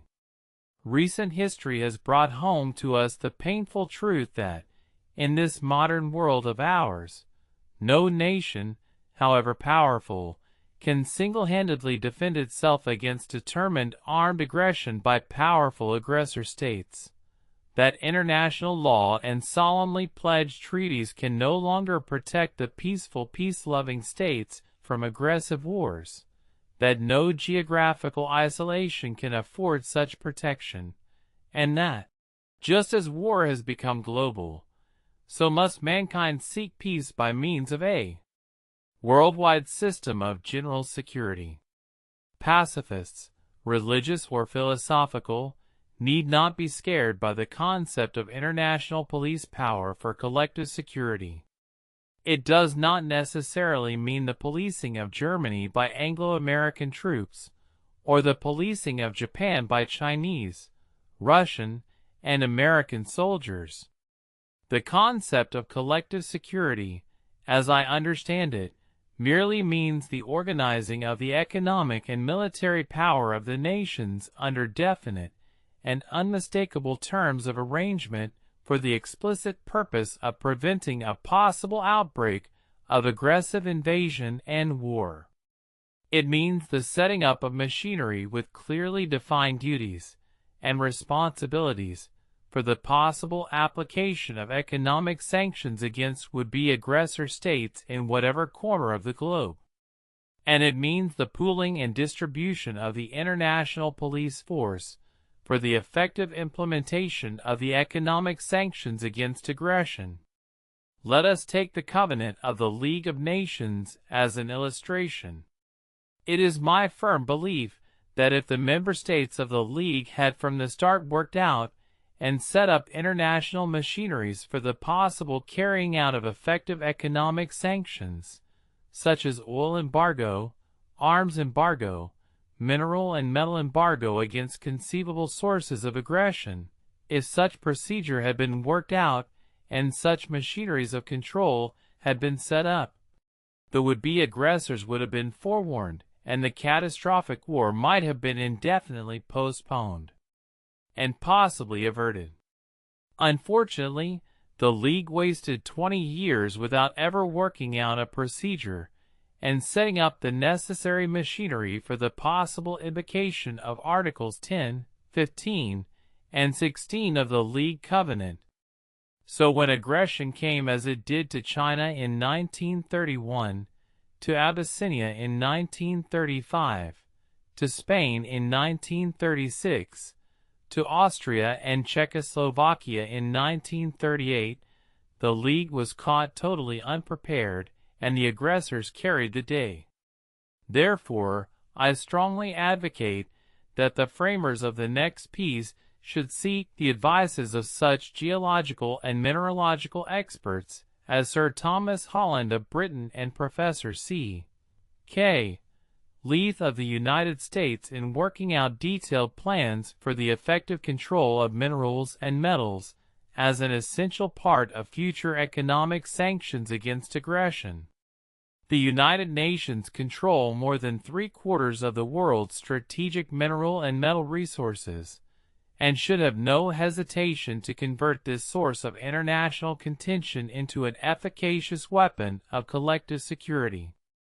As to the military aspects of this question, it is only needful to point out that when the war is won by the United Nations, they will surely have complete control of the sea power of the world, and that it should not be difficult to work out some satisfactory scheme of converting an adequate portion of that overwhelming power into a police force of our new world order. The concept of international police and collective security, in short, merely means that the time has come for the community of civilized nations to think seriously about some kind of a joint police department to regulate traffic, to control fires, and to deal with crime. That is practically all there is to it.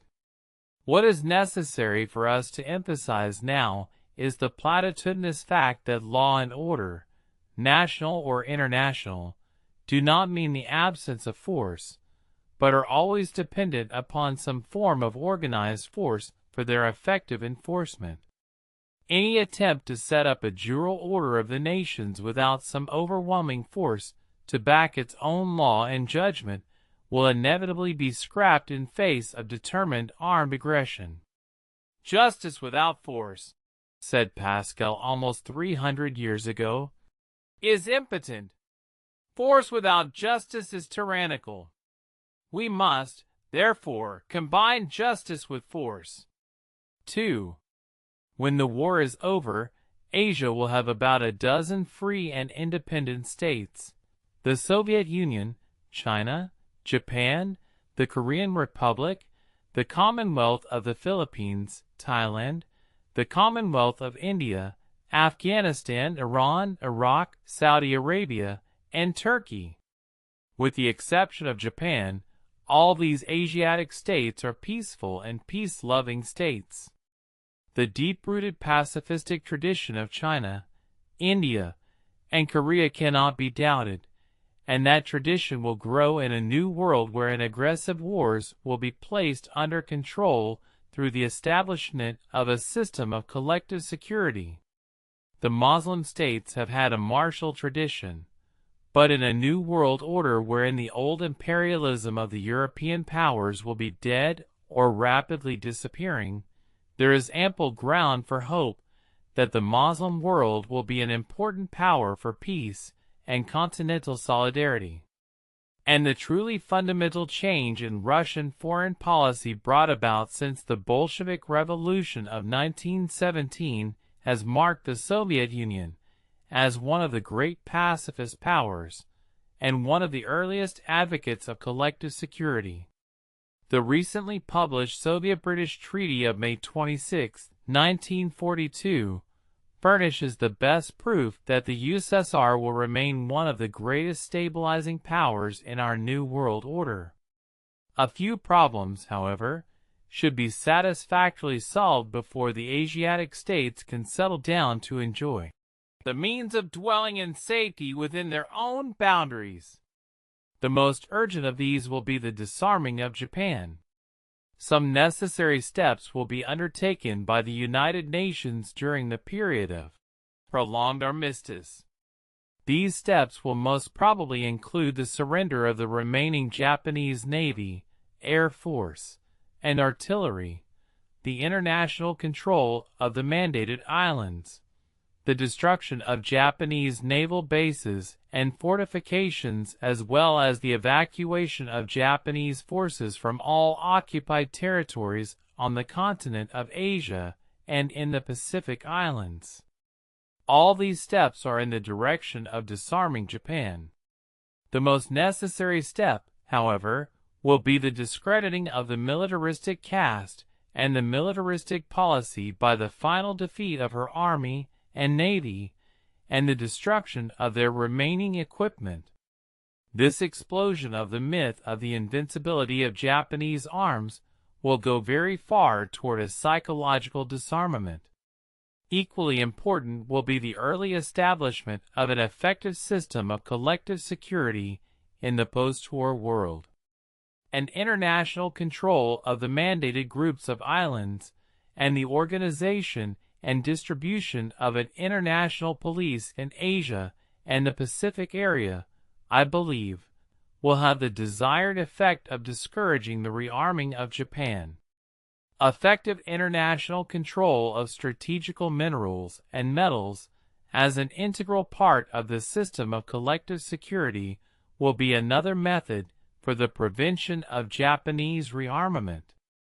The basic deficiency of Japan in minerals and metals needed for her industries must be considered as a most important factor in any future scheme of collective security.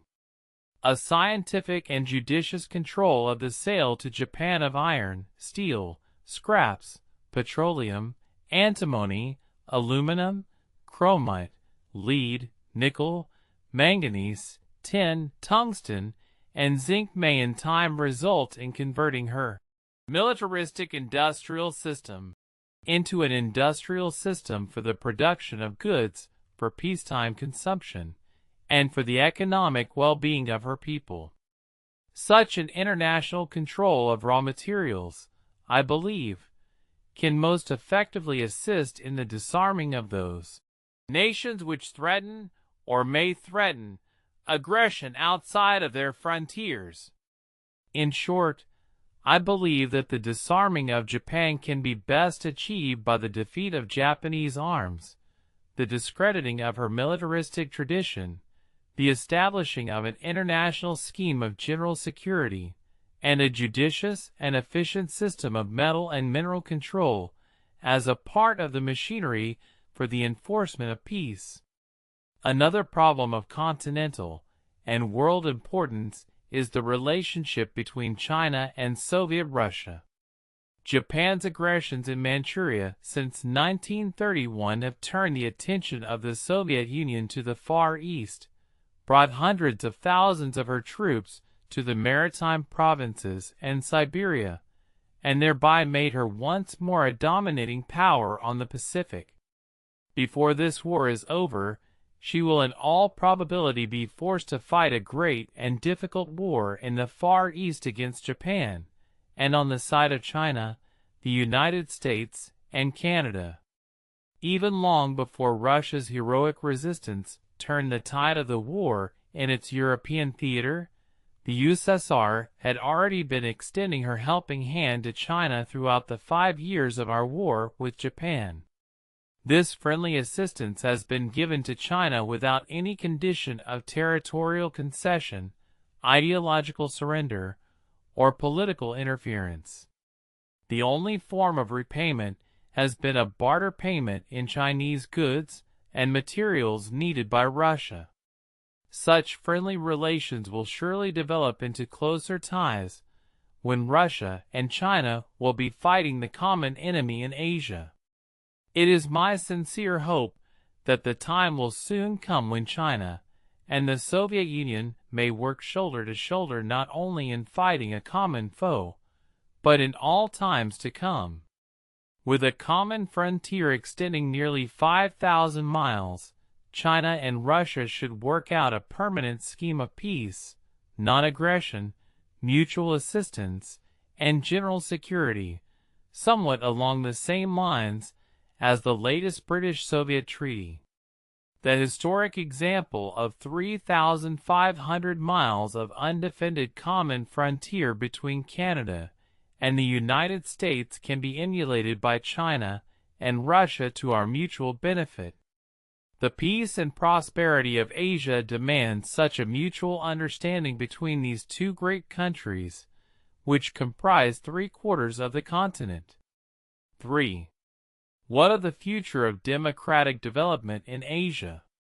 It is my firm belief that two great historical events, namely, the defeat of Japan, Germany, and Italy by the United Nations, and the establishment of a new world order capable of effective enforcement of peace and general security, will greatly inspire and aid the spread and development of democratic institutions in Asia. In this new world, China, the first non-European country to discard the monarchy, to establish a republican form of government, and to work out its own constitutional development, will undoubtedly continue her democratic evolution along the main lines laid down by Dr. Sun Yat-sen. The USSR, which has definitely come to the side of the democracies, will continue her political evolution in the direction of a great socialistic republic as outlined in her democratic constitution of 1936, and her influence will undoubtedly continue to be felt throughout Europe and Asia. The people of India, who have had the valuable experience of active political agitation and organization during the last quarter of a century, will be able to work out some form of federation under a democratic constitution. The Muslim world, following the successful experiments of modern Turkey, may also work out its own form of constitutional development. Even Japan, under such favorable conditions, may yet surprise the world by developing a more modern and democratic type of constitutional monarchy. All these democratic tendencies, I repeat, will be greatly aided and strengthened by the victory of the United Nations in the present war, and by the successful establishment of a world system of collective security. Both of these historical conditions are necessary for the revival and revitalization of Asia's faith in the democratic ideals and institutions. For, we must remember, the faith of the people of Asia in the democratic form of government has been greatly shaken in the last quarter of a century. For many decades prior to 1917, liberals of Asia had been accustomed to believe that representative constitutional democracy was unquestionably the most perfect form of government ever invented by the political genius of man. The first violent attack on democracy came with the Communist Revolution in Russia. It was held by the advocates of the dictatorship of the proletariat that representative democratic government was the political concomitant of economic capitalism and should be smashed together with all other vestiges of bourgeois rule. Then came the equally violent attacks on democratic government from the extreme rightist reaction, from fascist Italy and Nazi Germany.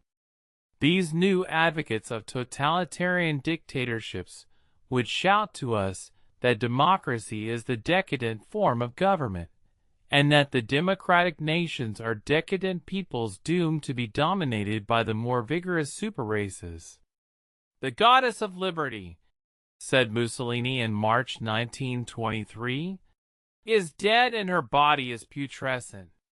These vehement attacks on democratic ideals and institutions, whether from the left or the right, were carried out by the most aggressive weapon of propaganda, through what Hitler describes as the technique of thousand-fold repetition of the most simple ideas. This anti-democratic propaganda was able gradually to undermine the faith of thousands of people in representative democratic government. It has certainly succeeded in converting the Japanese people, among whom I have heard professed liberals tell me that the Anglo-Saxon people had become decadent and their political institutions hopelessly antiquated. And I must confess, this propaganda has also made many converts in other Asiatic countries, including my own. Such repercussions are quite natural and understandable. These wavering Asiatics, being human, cannot help sometimes mistaking glamorous military efficiency and success as evidences of possible soundness in social organization and political philosophy.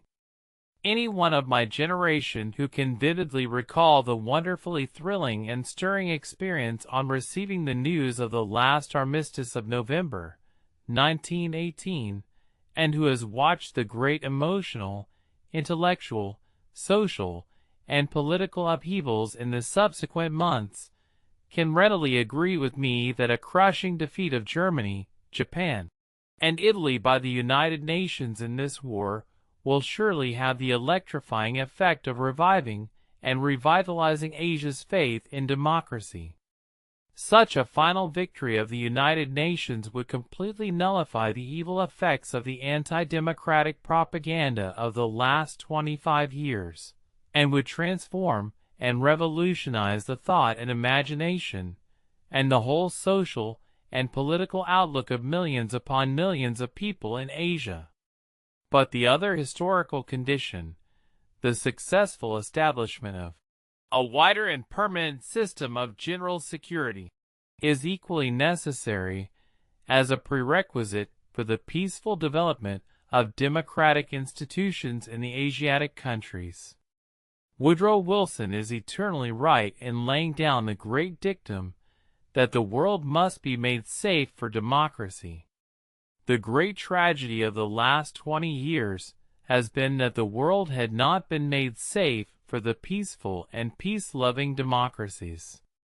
A world that cannot afford security and peace to Denmark, Norway, Holland, and Czechoslovakia is a world in which the most powerful democracies, France, the British Commonwealth of Nations, and the United States, cannot possibly feel safe.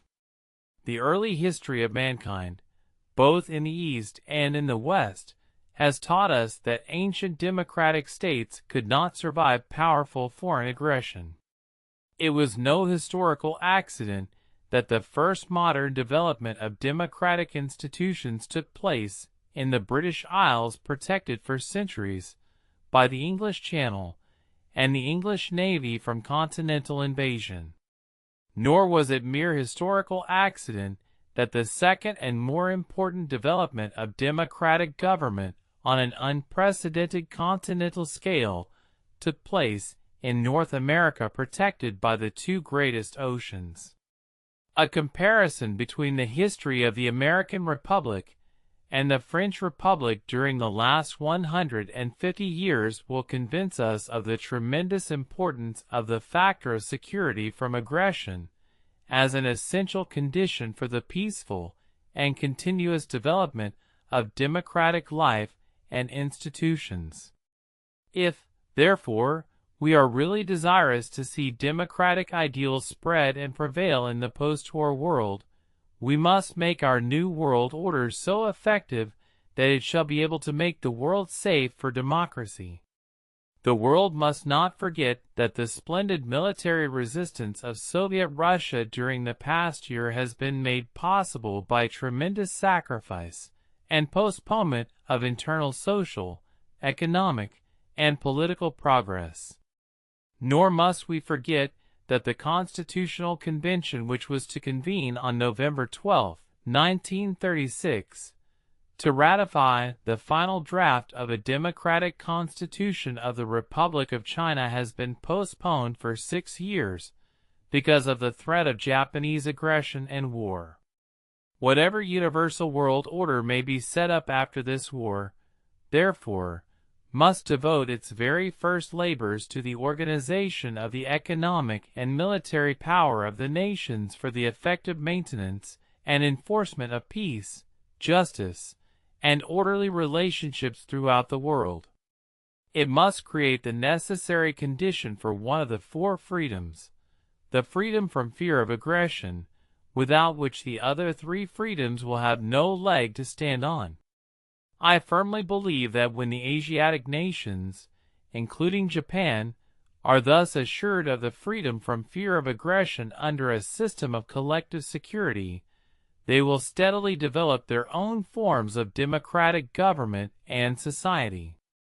The revolutionizing effect of the military defeat of the aggressors on the social and political thinking of the peoples of Asia will then be strengthened and perpetuated by the more positive conditions of general security under which the nations will be enabled to work out their own problems of social, economic, and political reconstruction in peace without fear of external interference, and without the necessity of squandering preponderant amounts of national income on preparations for defense and war.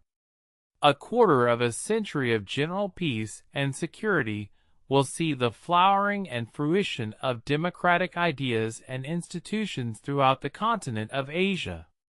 Some people seem to be troubled by the thought that the absence of high percentage of literacy among the peoples of Asia may be a great hindrance to the development of democratic institutions. I believe that with peace, and with modern technological improvement, it is not impossible for the nations of Asia to eliminate illiteracy in the near future. Japan did it in 50 years, and Soviet Russia has done it in 20 years. China can do it in even less time. But mere literacy without freedom in education and thought will merely qualify a people to be the willing victims of controlled propaganda. The future of Asiatic democracy will, therefore, depend on the spread and progress, not of mere literary education, but of freedom of thought and higher education. From other quarters, the fear has been expressed that the centuries of colonial and semi-colonial status of many peoples of Asia must have made it difficult for them to develop into free and democratic nations. The real fact is that a people who have long been denied freedom are more anxious to acquire and enjoy it. When Ibsen was asked why he sent his son to Russia and not to America, the great Norwegian liberal and prophet replied, "Because the Russian people have no freedom and therefore better appreciate it." It is over 150 years since Jeremy Bentham published his pamphlet Emancipate Your Colonies. The time has now come to put his idea into execution. The best way to emancipate the colonies is to give them freedom, which is the best schoolmaster of freedom itself. Other pessimistic thinkers hold that the economic poverty of the peoples of Asia may be another and more fundamental impediment to the development of democratic institutions. I have heard that rich men may not enter the kingdom of heaven, but I have failed to see why poverty should disqualify a people from creating their own kingdom on earth. And I believe the program of economic reconstruction, as envisaged in the Atlantic Charter and in the Master Leaseland Agreements recently concluded between the United States and the beneficiary nations, will go very far in the alleviation of economic suffering and the betterment of general economic conditions in the post-war world. But these and other equally absorbing problems I prefer to leave to more competent savants to discuss.